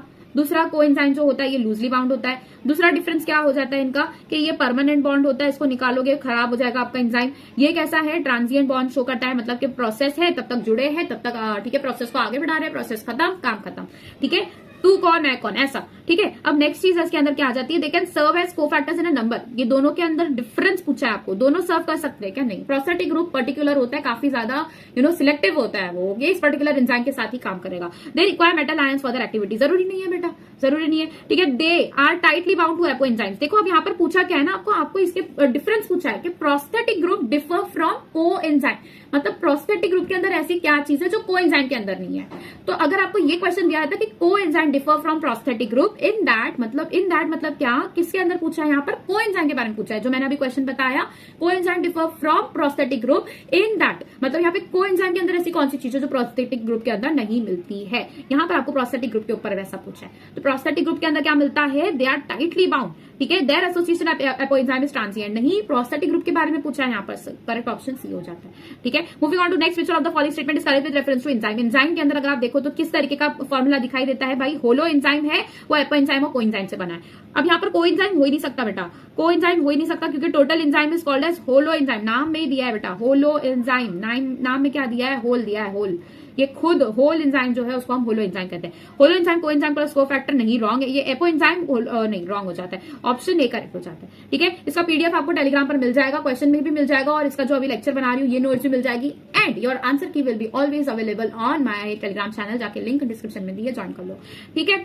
अब यहाँ पर बताया विच of the following statement is incorrect statement बताना है, ठीक है, फटाफट करो।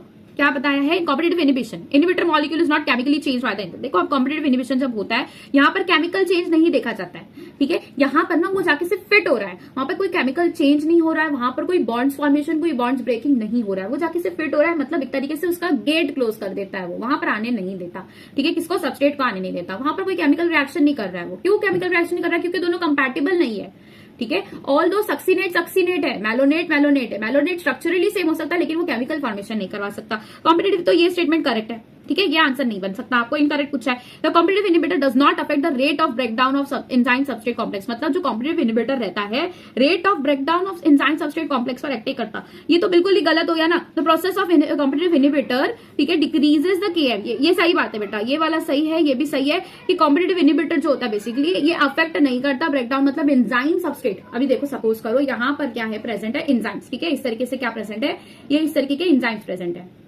ये एंजाइम्स है आपके, ठीक है। यहाँ पर एक जगह सबस्ट्रेट जुड़ा है, ये सबस्ट्रेट का पार्ट हो गया, लेकिन दूसरी जगह जुड़ा है कॉम्पिटिटर, ठीक है, इनिबिटर प्रेजेंट है, ठीक है। अब ये जो भी इनिबिटर ने इसको ब्लॉक कर रखा है तो वो इसके ऊपर तो अफेक्ट नहीं कर सकता, यहाँ का जो सबस्ट्रेट है वो वही अपना सबस्ट्रेट कॉम्प्लेक्स फॉर्म, ठीक है, एंजाइम सबस्ट्रेट कॉम्प्लेक्स फॉर्मेशन करेगा, फिर एंजाइम प्रोडक्ट कॉम्प्लेक्स फॉर्म करेगा, बीच में का ट्रांजिशन स्टेट वो सब फॉलो करके प्रोडक्ट कॉम्प्लेक्स फॉर्म कर लिया। अब ये तो वही रेट से चलेगा ना, इसका खुद का पर्टिकुलर रेट तो वही रहेगा, ऑल दो ओवरऑल जो रेट होगा एंजाइमेटिक एक्टिविटी का वो कम हो जाएगा, लेकिन इसके ऊपर ये वाला इनिबिटर काम नहीं कर सकता, अफेक्ट नहीं कर सकता। तो ये स्टेटमेंट भी करेक्ट है। आपको इनकरेक्ट पूछा है, presence of competitive inhibitor decreases the KM of enzyme for the substrate. Decrease होना, केएम डिक्रीज होना मतलब क्या होता है बेटा, केएम क्या है आपका, KM is that concentration at which Vmax/2 is seen। Vmax/2 मतलब आपका जो रेट ऑफ रिएक्शन है वो हाईएस्ट रेट ऑफ रिएक्शन का हाफ होगा। At that particular rate of reaction जो कंसंट्रेशन सबस्ट्रेट का पाया जाता है, दैट इज योर केएम। मतलब अगर आपने क्या कर लिया, केएम को गिरा दिया, मतलब ऐसी कोई चीज आपने ऐड करी जिससे केएम गिर गया, मतलब कि रेट ऑफ रिएक्शन जो पहले 100 ग्राम्स ऑफ सबस्ट्रेट पर पहले केएम रीच होता था, मतलब Vmax/2 रीच होता था, अगर आपने केएम गिरा दिया है, मतलब अभी 10 ग्राम्स पर ही Vmax/2 रीच हो रहा है, मतलब अगर आपको Vmax/2 रीच हुआ है, अगर आपको Vmax रीच करना है तो यहाँ पे सिर्फ 20 ग्राम्स, ठीक है, रिक्वायर्ड है सबस्ट्रेट, ठीक है, 20 grams is the maximum substrate required, ठीक है, तो वहां पर आप Vmax पर रीच कर जाओगे। तो ये क्या हो गया, यहाँ तो एक्टिविटी इनहैंस हो गई है, ठीक है, एंजाइम एक्टिविटी क्या हो गई है, इनहैंस हो गई है। हमें क्या करवानी है, एंजाइम एक्टिविटी यहाँ पर डिक्रीज करवाई, बताइए, ठीक है, एंजाइम एक्टिविटी यहाँ पर आपको क्या करवानी है, कम करवानी है। ये कौन करता है, इनिबिटर करता है। तो ये अगर कॉम्पिटिटिव इनिबिटर रहेगा तो केएम का वैल्यू इंक्रीज कर देगा। अगर ये चीज नहीं समझ आई है कमेंट करके बताओ, वापस समझा दूंगी, अलग से वीडियो बना दूंगी इसके ऊपर, ठीक है। तो ये क्या हो गया, इनिबिटर जो होता है ये केएम की वैल्यू को बढ़ाएगा, मतलब अगर 100 ग्राम पर कोई केएम, ठीक है, Vmax/2 रीच हो रहा था, तो इनिबिटर के लगने की वजह से अब 200 ग्राम पर होगा। जहां इस कंडीशन में 200 ग्राम पर ही क्या हो रहा था, वीमैक्स रीच हो सकता था क्योंकि 100 ग्राम का केएम है। तो यहां पर क्या हो जाएगा, 200 ग्राम पर केएम रीच होगा, मतलब अभी हमें 400 ग्राम चाहिए in order to reach Vmax. तो ये क्या कर रहा है, नुकसान कर रहा है। ठीक है, सो अब नेक्स्ट, ठीक है, यहाँ पर ये इनकरेक्ट समझ में आया। कॉम्पिटिटिव इनहिबिटर रिएक्ट्स रिवर्सिबली, जो कॉम्पिटिटिव इनहिबिटर होता है ये रिवर्सिबली करता है with enzyme to form enzyme inhibitor complex. सही बात है बेटा, आपका जो इनहिबिटर होता है ये एंजाइम के साथ में कॉम्प्लेक्स तो फॉर्म कर लेता है, लेकिन जब आप सबस्ट्रेट मॉलिक्यूल्स बढ़ा देते हो, बहुत ज्यादा इंक्रीज कर देते हो सबस्ट्रेट के मॉलिक्यूल्स, तो फटाफट से हट भी जाता है। तो ये क्या हो गया, ऑप्शन सी इसका करेक्ट हो गया, इनकरेक्ट पूछा था। ठीक है, नेक्स्ट आ जाता है question which is not correct with respect to enzyme action. अब एंजाइम एक्शन जो देखा है हमने, उसके अंदर स्टेप वाइज आपको सारा प्रोसेस पता होना चाहिए। सबसे पहले सबस्ट्रेट बाइंड करता है विद एंजाइम, करेक्ट नहीं है वो बताना है। सबस्ट्रेट बाइंड करता है with enzyme at its active site, सही है। Addition of a lot of succinate does not reverse the inhibition of succinate dehydrogenase malonate, wrong है। अभी मैंने आपको बताया कि ज्यादा आप सबस्ट्रेट ऐड करोगे तो रिवर्स हो सकता है, रिवर्सिबल होता है ये। Non competitive inhibitor binds enzyme at a site distinct from, ठीक है, आपको नॉट करेक्ट पूछा है यहाँ पे। ठीक है, तो ये वाला स्टेटमेंट जो है ये भी क्या है, ठीक है, ये वाला स्टेटमेंट रॉन्ग था, ये वाला स्टेटमेंट राइट है कि यहाँ पर जो नॉन कॉम्पिटिटिव है, जो कॉम्पिटिटिव होता है वो एक्टिव साइट पे ही जाके जुड़ता है। ठीक है, एक्टिव साइट का ही कंपैटिबल उसका स्ट्रक्चर होता है, लेकिन नॉन कॉम्पिटिटिव कहीं पे भी जाके जुड़ जाता है। मतलब अगर ये आपका कोई ठीक है एंजाइम है तो नॉन कॉम्पिटिटिव जो होगा वो एक्टिव साइट को पूरा नहीं घेरेगा, इंस्टेड वो सिर्फ एक जगह जाके लग जाएगा और वहां पर से फिर वो काम नहीं करने देगा। ठीक है, inhibitor binds enzyme at a site distinct from that which binds the substrate. Malonate is competitive inhibitor, तो ये वाला स्टेटमेंट क्या हो जाता है, ये वाला स्टेटमेंट राइट हो जाता है। Fourth statement competitive inhibitor of succinate dehydrogenase, ये बिल्कुल सही है। ठीक है, सक्सिनेट डिहाइड्रोजनेज का, तो यहाँ पे आपका रॉन्ग स्टेटमेंट कितने हैं, ऑप्शन बी इज रॉन्ग। ठीक है, नेक्स्ट आपको पूछा essential chemical components of many coenzymes. Coenzymes के अंदर जो एसेंशियल केमिकल कंपोनेंट्स होता है वो ज्यादातर मिलता है विटामिन्स। ठीक है, क्या मिलते हैं वहां पर, विटामिन्स मिलते हैं। So option C is correct. Nucleic acid नहीं मिलते हमें, कार्बोहाइड्रेट्स नहीं मिलते, प्रोटीन्स भी नहीं होते हैं। ठीक है, moving on to the next question, transition state structure of the substrate. ठीक है, ट्रांजिशन स्टेट जो होता है स्ट्रक्चर, ठीक है, ट्रांजिशन स्टेट का जो स्ट्रक्चर बनता है of the substrate form during enzymatic reaction, कैसा होता है वो ट्रांजिशन स्टेट का स्ट्रक्चर। ये कैसा होता है, काफी ट्रांजिएंट होता है, काफी थोड़ी सी देर के लिए बनता है, काफी अनस्टेबल होता है, बहुत सारे रिएक्शंस और बहुत सारे बॉन्ड्स ब्रेकिंग एंड मेकिंग हो रहे होते हैं यहाँ पर। तो ये कैसा होता है, ट्रांजिएंट होता है, अनस्टेबल होता है। ऑप्शन बी करेक्ट है, ये डायरेक्ट लाइन है फ्रॉम एनसीईआरटी। ठीक है, which of the following statement about enzyme is wrong. Enzymes के ऊपर का रॉन्ग स्टेटमेंट आपको बताना है। Enzymes require optimum pH and temperature for maximum activity, बराबर है। ऑप्टिमम पीएच टेम्परेचर चाहिए। They are denatured at high temperature, बराबर है। They are mostly proteins but some are lipids. देखो ये स्टेटमेंट रॉन्ग है बेटा, आपको एक ही बार में पढ़ के समझ में आ जाना चाहिए क्या चीजें सही है क्या चीजें गलत है। Some are lipids also, wrong. Some are nucleic acids also. Nucleic acid में ज्यादातर हम कौन सा देखते हैं, आरएनए देखते हैं। आरएनए वाले जो न्यूक्लिक एसिड के बने हुए एंजाइम्स होते हैं उनको हम क्या नाम देते हैं, राइबोजाइम्स देते हैं, राइबोजाइम्स कहते हैं। तो लिपिड नहीं होता, ये स्टेटमेंट रॉन्ग है। एंजाइम्स आर हाईली स्पेसिफिक, बिल्कुल सही है। तो स्टेटमेंट आपका रॉन्ग कौन सा है, थर्ड वाला है, सी ऑप्शन करेक्ट है। ठीक है, so curve given below shows enzyme activity with relation to 3 conditions, pH, temperature, substrate concentration. अब इसके अंदर बताना है कि 2 एक्सेस के बारे में बताना है, एक्स और वाई एक्सेस पे क्या दिया रहेगा। स्टेटमेंट है ये आपका जो डायग्राम बेस्ड क्वेश्चन आया है, ये नीट के 2011 के क्वेश्चन में आया है। डायग्राम डायरेक्ट फ्रॉम एनसीईआरटी है। पता अगर आपको सिर्फ इतना रखता कि एक्स एक्सिस देखो, एक्स एक्सिस को सही से देखो, यहाँ पर क्या रखा हुआ रहता है, पीएच होता है या तो टेम्परेचर होता है। ठीक है, इन दोनों की जब हम बात करते हैं तो एक ऑप्टिमम लेवल होता है जिसके ऊपर मैक्सिमम एक्टिविटी देखी जाती है, और ये जो पीक बना है ये पीक ही बता रहा है कि यहाँ पर हम क्या देखते हैं, एक्टिविटी देखते हैं, एंजाइम एक्टिविटी देखते हैं, या फिर रेट ऑफ रिएक्शन देखते हैं, या फिर वेलोसिटी ऑफ रिएक्शन देखते हैं। तो एंजाइम एक्टिविटी जो होती है वो कहां पर दी होती है, वाई एक्सिस पे दी होती है, और एक्स एक्सिस पे हमारा पीएच और टेम्परेचर दिया होता है। इसके बाद में ये जो लेवल गिर रहा है ना, ये क्या गिर रहा है, बेसिकली एंजाइम एक्टिविटी का लेवल गिर रहा है, रेट ऑफ रिएक्शन गिर रहा है। तो एक्स एक्सिस पर मिल जाता है, एंजाइम एक्टिविटी नहीं, टेम्परेचर हो सकता है, सबस्ट्रेट कंसंट्रेशन हो सकता है, एंजाइम एक्टिविटी नहीं हो सकती। अब वाई एक्सिस पे देखो, वाई एक्सिस पे एंजाइम एक्टिविटी हो सकती है, यस। वाई एक्सिस पर एंजाइम एक्टिविटी हो सकती है, यस। तो एक्स एक्सिस पर आपका आ जाता है। ठीक है, यहां पर अगर हम तीनों को कंसिडर करें तो यहां पर ये नहीं आ जाएगा। ठीक है, क्योंकि हमारा जो सबस्ट्रेट कंसंट्रेशन वाला ग्राफ है वो कुछ इस तरीके का जाता है, इस तरीके का जाता हुआ दिखाई देता है। यहां पर आके ना वो कांस्टेंट हो जाता है एट अ पर्टिकुलर टाइम। यहां पर वी मैक्स दिखाई देता है, जिसके आगे ना एक्स एक्सिस पर आप कितना भी कंसंट्रेशन बढ़ाते जाओ, यहां पर सबस्ट्रेट कंसंट्रेशन है और यहां पर वेलोसिटी दी हुई है रहती है वाई एक्सिस पर। ठीक है, तो यहां पर आप कितना भी एक्स एक्सिस पर सबस्ट्रेट कंसंट्रेशन को बढ़ाते जाओ, कितनी भी हाईएस्ट वैल्यू ले लो, अब ये इस पूरे पर्टिकुलर रेट ऑफ रिएक्शन के ऊपर नहीं जाएगा। तो रेट सबस्ट्रेट कॉन्सेंट्रेशन का ये चीज हो जाती है। तो एक्स एक्सिस पर आपका सबस्ट्रेट कॉन्सेंट्रेशन नहीं हो सकता, वाई एक्सिस पर तो एंजाइम एक्टिविटी ही है। ऑप्शन बी करेक्ट है। आई होप आप लोग को ये समझ में आया है। Which of the following glucose transporter is insulin dependent? Insulin dependent glucose transporter एक ही नाम दिया है, GLUT4। ये कहाँ दिया होता है? ये ज्यादातर हमारे बॉडी के जो भी सेल्स जैसे कि हेपेटोसाइट्स हो गए, ये सारे ग्लूकोज को स्टोर करने वाले ग्लाइकोजन इसके अंदर स्टोर करते हैं इसके सेल्स के अंदर। तो ये जो सेल्स के अंदर स्टोर करवाने के लिए इस तरीके का सेल मेम्ब्रेन होता है, यहाँ पर लगा होता है ग्लूकोज का ट्रांसपोर्ट, इस तरीके से ग्लूकोज को अंदर भेजता है। तो ये कैसा होता है? इंसुलिन डिपेंडेंट होता है। मतलब कि इंसुलिन भाई साहब जब यहाँ पर आके नॉक नॉक करते हैं कि हमें हमारे ग्लाइकोजन को बना के आपके अंदर भेजना है, तो ये GLUT4 जो होते हैं ये ओपन हो जाते हैं फॉर ग्लूकोज।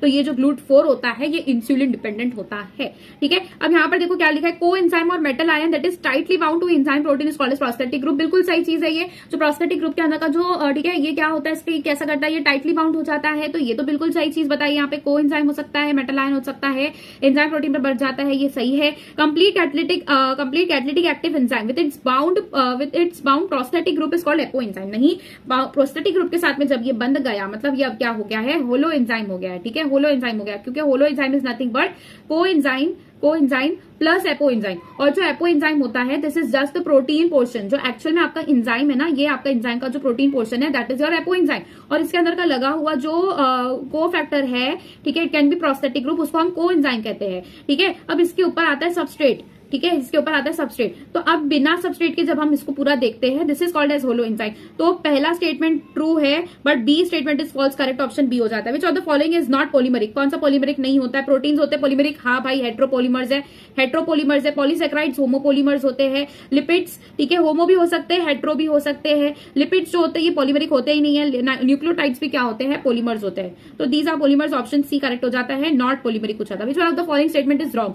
सक्रोज या फिर सुक्रोज। सुक्रोज जो होता है इट इज अ डाइसेक्राइड, बिल्कुल सही चीज है, सुक्रोज डाइसेक्राइड है। सेलुलोज पॉलीसेक्राइड है, बिल्कुल सही चीज है। ये किसका बना हुआ है? बीटा डी ग्लूकोज का बना हुआ होता है। कौन से लिंकेज मिलते हैं इसके अंदर? बीटा 1,4 लिंकेज मिलता है। ये यूरासिल पिरिमिडिन होता है। इतना सिंपल स्टेटमेंट आपको दिया है, 2016 का क्वेश्चन है बेटा, और आपको बोला है बता दो बस इसके अंदर की सही चीज क्या है, गलत चीज क्या है। इतना अगर आपको पता होगा बस आपके आंसर जो होते हैं सही बन जाते हैं। Glycine is sulphur containing.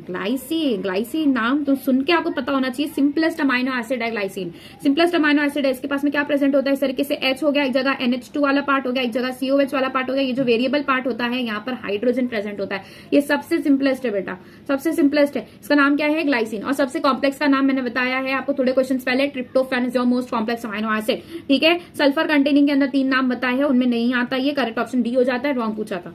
ठीक है, नेक्स्ट ऑप्शन आ जाता है। Next question, which of the following biomolecules does have a phosphodiester bond? Phosphodiester bond पहले तो किसके अंदर मिलता है? ये मिलता है न्यूक्लिक एसिड के अंदर। न्यूक्लिक एसिड जो होते हैं वहां पर मिलता है फॉस्फोडाइएस्टर बॉन्ड। ठीक है, मोनोसेक्राइड। ठीक है, which of the following biomolecules does have a monosaccharide in polysaccharide? नहीं भाई, मोनोसेक्राइड से अंदर फॉस्फोडाइएस्टर। फॉस्फोडाइएस्टर मतलब फॉस्फेट ग्रुप ही नहीं होता, तो फॉस्फोडाइएस्टर बॉन्ड कैसे बनेगा? अमाइनो एसिड्स के अंदर मिलता है क्या? नहीं। न्यूक्लिक एसिड इन न्यूक्लियोटाइड, हाँ ये सही है। फैटी एसिड के अंदर फॉस्फोडाइएस्टर बनता है क्या? नहीं। सी ऑप्शन सही हो जाता है, एकदम रिलेवेंट है वो। ठीक है, 2015 का क्वेश्चन देखो, introduction of T-DNA into plant, T-DNA into plant, ये आपका यहाँ पे कट हो जाना चाहिए। यहाँ पे बोला है introduction of T-DNA into plant involves what? मतलब अगर आपको कोई भी टीडीएनए या फिर transfer DNA is nothing but जो आपने डिजायरेबल डीएनए निकाले, दैट इज योर टीडीएनए। उसको निकाल के आपने को प्लांट के अंदर अगर उसके अंदर इंड्यूस करवाना है तो आप क्या करवाते हो? आप कोई बैक्टीरिया यूज करते हो। तो प्लांट के लिए कौन सा बैक्टीरिया बताया गया है?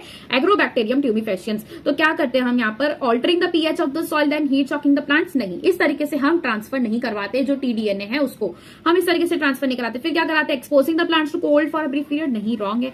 Allowing the plant roots to stand in water? Wrong है। इन्फेक्शन ऑफ द प्लांट, ये basically not a part of biomolecules, this is from your biotechnology. So correct option आपका डी हो जाता है यहाँ पे। Which one of the following is the non reducing carbohydrate? Non reducing. अब reducing और non reducing का क्या फंडा है? देखो, रिड्यूसिंग वो होते हैं जिनके पास में फ्री अल्डिहाइड या फिर कीटोन कार्बन होता है। कीटोन कार्बन फ्री प्रेजेंट होता है। अब ये जहां पर फ्री प्रेजेंट होता है ना, वो जो टॉलेंस रिएजेंट होता है, आपको पता है टॉलेंस रिएजेंट के बारे में इन योर ठीक है, in organic chemistry 11th standard में भी बात की गई है। टॉलेंस रिएजेंट होते हैं, इसको रिड्यूस कर देता है बेटा। इसको ये जो शुगर है, रिड्यूसिंग शुगर्स जो होते हैं बेसिकली ये क्या करते हैं? रिड्यूसिंग शुगर्स के पास में इस तरीके का फ्री अल्डिहाइड या कीटोन ग्रुप प्रेजेंट होता है, ये टॉलेंस रिएजेंट को रिड्यूस कर देते हैं, इसीलिए इनको हम रिड्यूसिंग शुगर ये नाम देते हैं। तो रिड्यूसिंग शुगर के अंदर कौन सा आ जाएगा। देखो माल्टोज होगा क्या, माल्टोज बेसिकली किसका बना हुआ है, अल्फा डी ग्लूकोज का बना है, ठीक है, अल्फा डी ग्लूकोज का बना है। सक्रोज किसका बना है, फ्रक्टोज का बना है, ये रिड्यूसिंग नहीं होता है। लैक्टोज के अंदर भी रिड्यूसिंग नहीं होता है, क्योंकि लैक्टोज का स्ट्रक्चर याद करो कैसा होता है,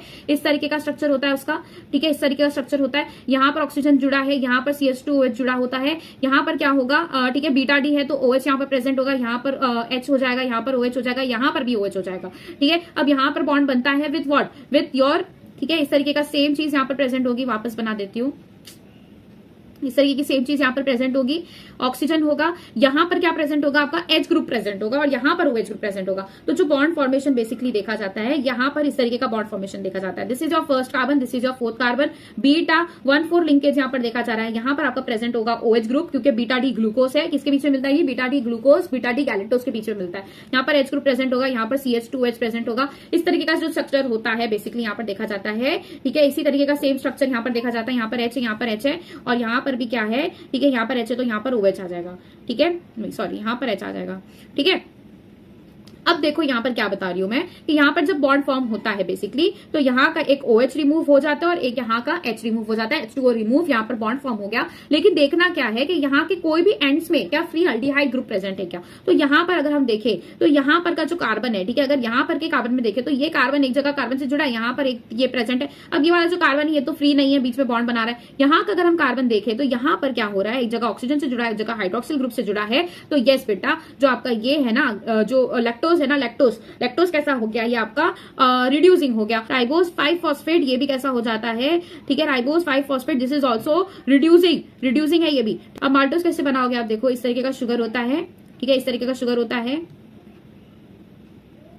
सेम ऑक्सीजन यहाँ पे जुड़ा है 1 2 3 4 5 और यहाँ पर CH2OH जुड़ा हुआ है इस तरीके से। अब पहली बात तो ये अल्फा डी ग्लूकोज है, अल्फा डी ग्लूकोज है तो ये कैसा दिखाई देगा, इस तरीके का बॉन्ड होगा। यहाँ पर क्या प्रेजेंट होगा, सबसे पहले H से स्टार्ट करेंगे, फिर H आ जाएगा, वापस यहाँ पर OH आ जाएगा, यहाँ पर H आ जाएगा, ठीक है। अब यहाँ पर क्या हुआ है, यहाँ पर जब सेम बॉन्ड फॉर्म हो रहा है तो यहाँ का जो कार्बन होगा ये H के साथ में, यहाँ पर OH यहाँ पर दिखाई दे रहा है, तो ये कैसा हो गया, ये रिड्यूसिंग हो गया, ठीक है। जो आपका माल्टोज हो गया, ठीक है, यहाँ का एक फ्री कार्बन दिखाई देगा, तो यहाँ का कार्बन कैसा होगा, रिड्यूसिंग होगा, तो ये भी रिड्यूसिंग हो गया, ठीक है। तो माल्टोज कैसा हो गया भाई, ये तो रिड्यूसिंग है। नॉन रिड्यूसिंग आपको पूछा है। सक्रोज कैसा हो जाता है, सक्रोज, ठीक है, ये वाला कैसा हो गया, ये रिड्यूसिंग हो गया। अब जो सक्रोज होता है ये फ्रक्टोज से बना होता है। जब दो फ्रक्टोज के मॉलिक्यूल्स मिलते हैं तो वो रिड्यूसिंग बनाते हैं, क्योंकि वहां पे फ्री अल्डिहाइड ग्रुप प्रेजेंट होता है, ठीक है। तो यहाँ पर फ्रक्टोज के अंदर फ्री कीटोन ग्रुप प्रेजेंट होता है, तो ये रिड्यूसिंग नहीं है, मतलब आपका करेक्ट ऑप्शन बी होना चाहिए। लैक्टोज मैंने बता दिया रिड्यूसिंग है। राइबोज 5 फॉस्फेट, ठीक है, फॉस्फेट भी आपका कैसा हो गया, रिड्यूसिंग हो गया, ठीक है। अब यहाँ पर जब बॉन्ड फॉर्म होता है, ठीक है, सक्रोज का एक बार मैं आपको स्ट्रक्चर बता देती हूँ। सक्रोज जो है ये किससे बना होता है, अल्फा डी ग्लूकोज से बना होता है। तो एक चीज क्या आ जाती है, यहाँ पर अल्फा डी ग्लूकोज आ जाती है, दूसरा क्या आ जाता है, बीटा डी फ्रक्टोज आ जाता है।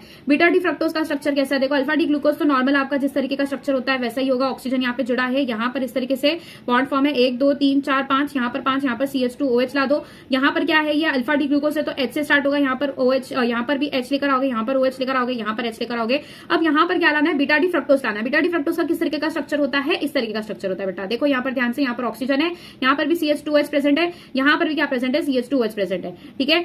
तो अगर आप यहाँ पर ध्यान से देखो, ठीक है, यहाँ पर अगर आप ध्यान से देखो तो क्या समझ में आ रहा है, यहाँ पर H है, यहाँ पर भी क्या है, H है, यहाँ पर OH है, यहाँ पर OH है और यहाँ पर H आ रहा है, ठीक है। इस तरीके का स्ट्रक्चर इसका दिखाई देता है कि यहाँ पर जो साइड वाले पार्ट है, यहाँ पर पोर्शन पर OH वाला ग्रुप है और बीच के जो दो पार्ट है यहाँ पर H वाला ग्रुप है। अब इसकी नंबरिंग कैसे की जाती है, ये भी 6 कार्बन का ही बना है, इसकी नंबरिंग लेकिन यहाँ से स्टार्ट होती है, this is your first carbon, whereas इसकी नंबरिंग यहाँ से स्टार्ट होती है, यहाँ पे 6 कार्बन आता है। यहाँ पर फ्रक्टोज में इसकी 1 नंबरिंग यहाँ से स्टार्ट हो रही है, 1 2 3 4 5 और ये आ जाता है 6 कार्बन। तो इसके अंदर जो लिंकेज मिलता है ये फर्स्ट कार्बन और सेकंड कार्बन के बीच में मिलता है, इसीलिए हम इसे क्या नाम देते हैं, alpha 1 beta 2 linkage, alpha 1 beta 2 linkage, alpha 1 beta 2 linkage. Alpha 1 किसमें का, अल्फा डी ग्लूकोज का, बीटा 2 किसमें का, बीटा डी फ्रक्टोज का, ठीक है। अब इसके बीच में जब बॉन्ड फॉर्म हो रहा है, ठीक है, इस तरीके से बॉन्ड फॉर्म हो रहा है, OH OH इनके बीच में बॉन्ड फॉर्म होता है, ऑक्सीजन आ जाएगा, इस तरीके से बॉन्ड फॉर्म हो जाएगा। Now if you see reducing है क्या, देखो एक तरफ यहाँ पर कार्बन प्रेजेंट है, ये वाला कार्बन यहाँ पर इस तरह जुड़ा है, कार्बन से ही जुड़ा है, यहाँ पर OH ग्रुप प्रेजेंट होगा तो एक ही साइड ऑक्सीजन से जुड़ा है। यहाँ वाला जो कार्बन है ये एक जगह, ठीक है, कार्बन से जुड़ा है, दूसरी जगह ऑक्सीजन से जुड़ा है, तो ये वाला कार्बन भी कैसा है, नॉट एन अल्डिहाइड और ketone, it does not have free aldehyde और कीटोन ग्रुप, तो ये रिड्यूसिंग नहीं है। करेक्ट ऑप्शन आपका हो जाता है sucrose, which is your option B. With this we have completed all the MCQs that have come in 2025 to 2010 papers of NEET. इसके साथ हमने इसको कंप्लीट कर लिया है। कोई भी एक्सप्लेनेशन अगर आपको नहीं समझ में आया, कोई भी एक्सप्लेनेशन ऐसा आपको नहीं समझ आया है तो कमेंट करके बताओ, I will let you know. मैं एक वीडियो और बना लूंगी जहां पर मैं आपको सारे कंसेप्ट क्लियर करवाऊंगी। आपका कंसेप्ट क्लियर होना चाहिए, PYQs in the finger tips पर होने चाहिए। पीवाईक्यूज बहुत अच्छे से सॉल्व करना बेटा, एफर्ट्स लगाओ, क्लियर होगा, चैप्टर समझ में आएगा। एक दिन में सारा कुछ नहीं होता है, डेली थोड़े एफर्ट्स लगाने पड़ते हैं, थोड़े थोड़े एफर्ट्स डेली लगाओ। हार नहीं मानना है, ठीक है, हार नहीं मानना है, पढ़ते रहो बेटा, कीप स्टडिंग, स्टे हेल्दी।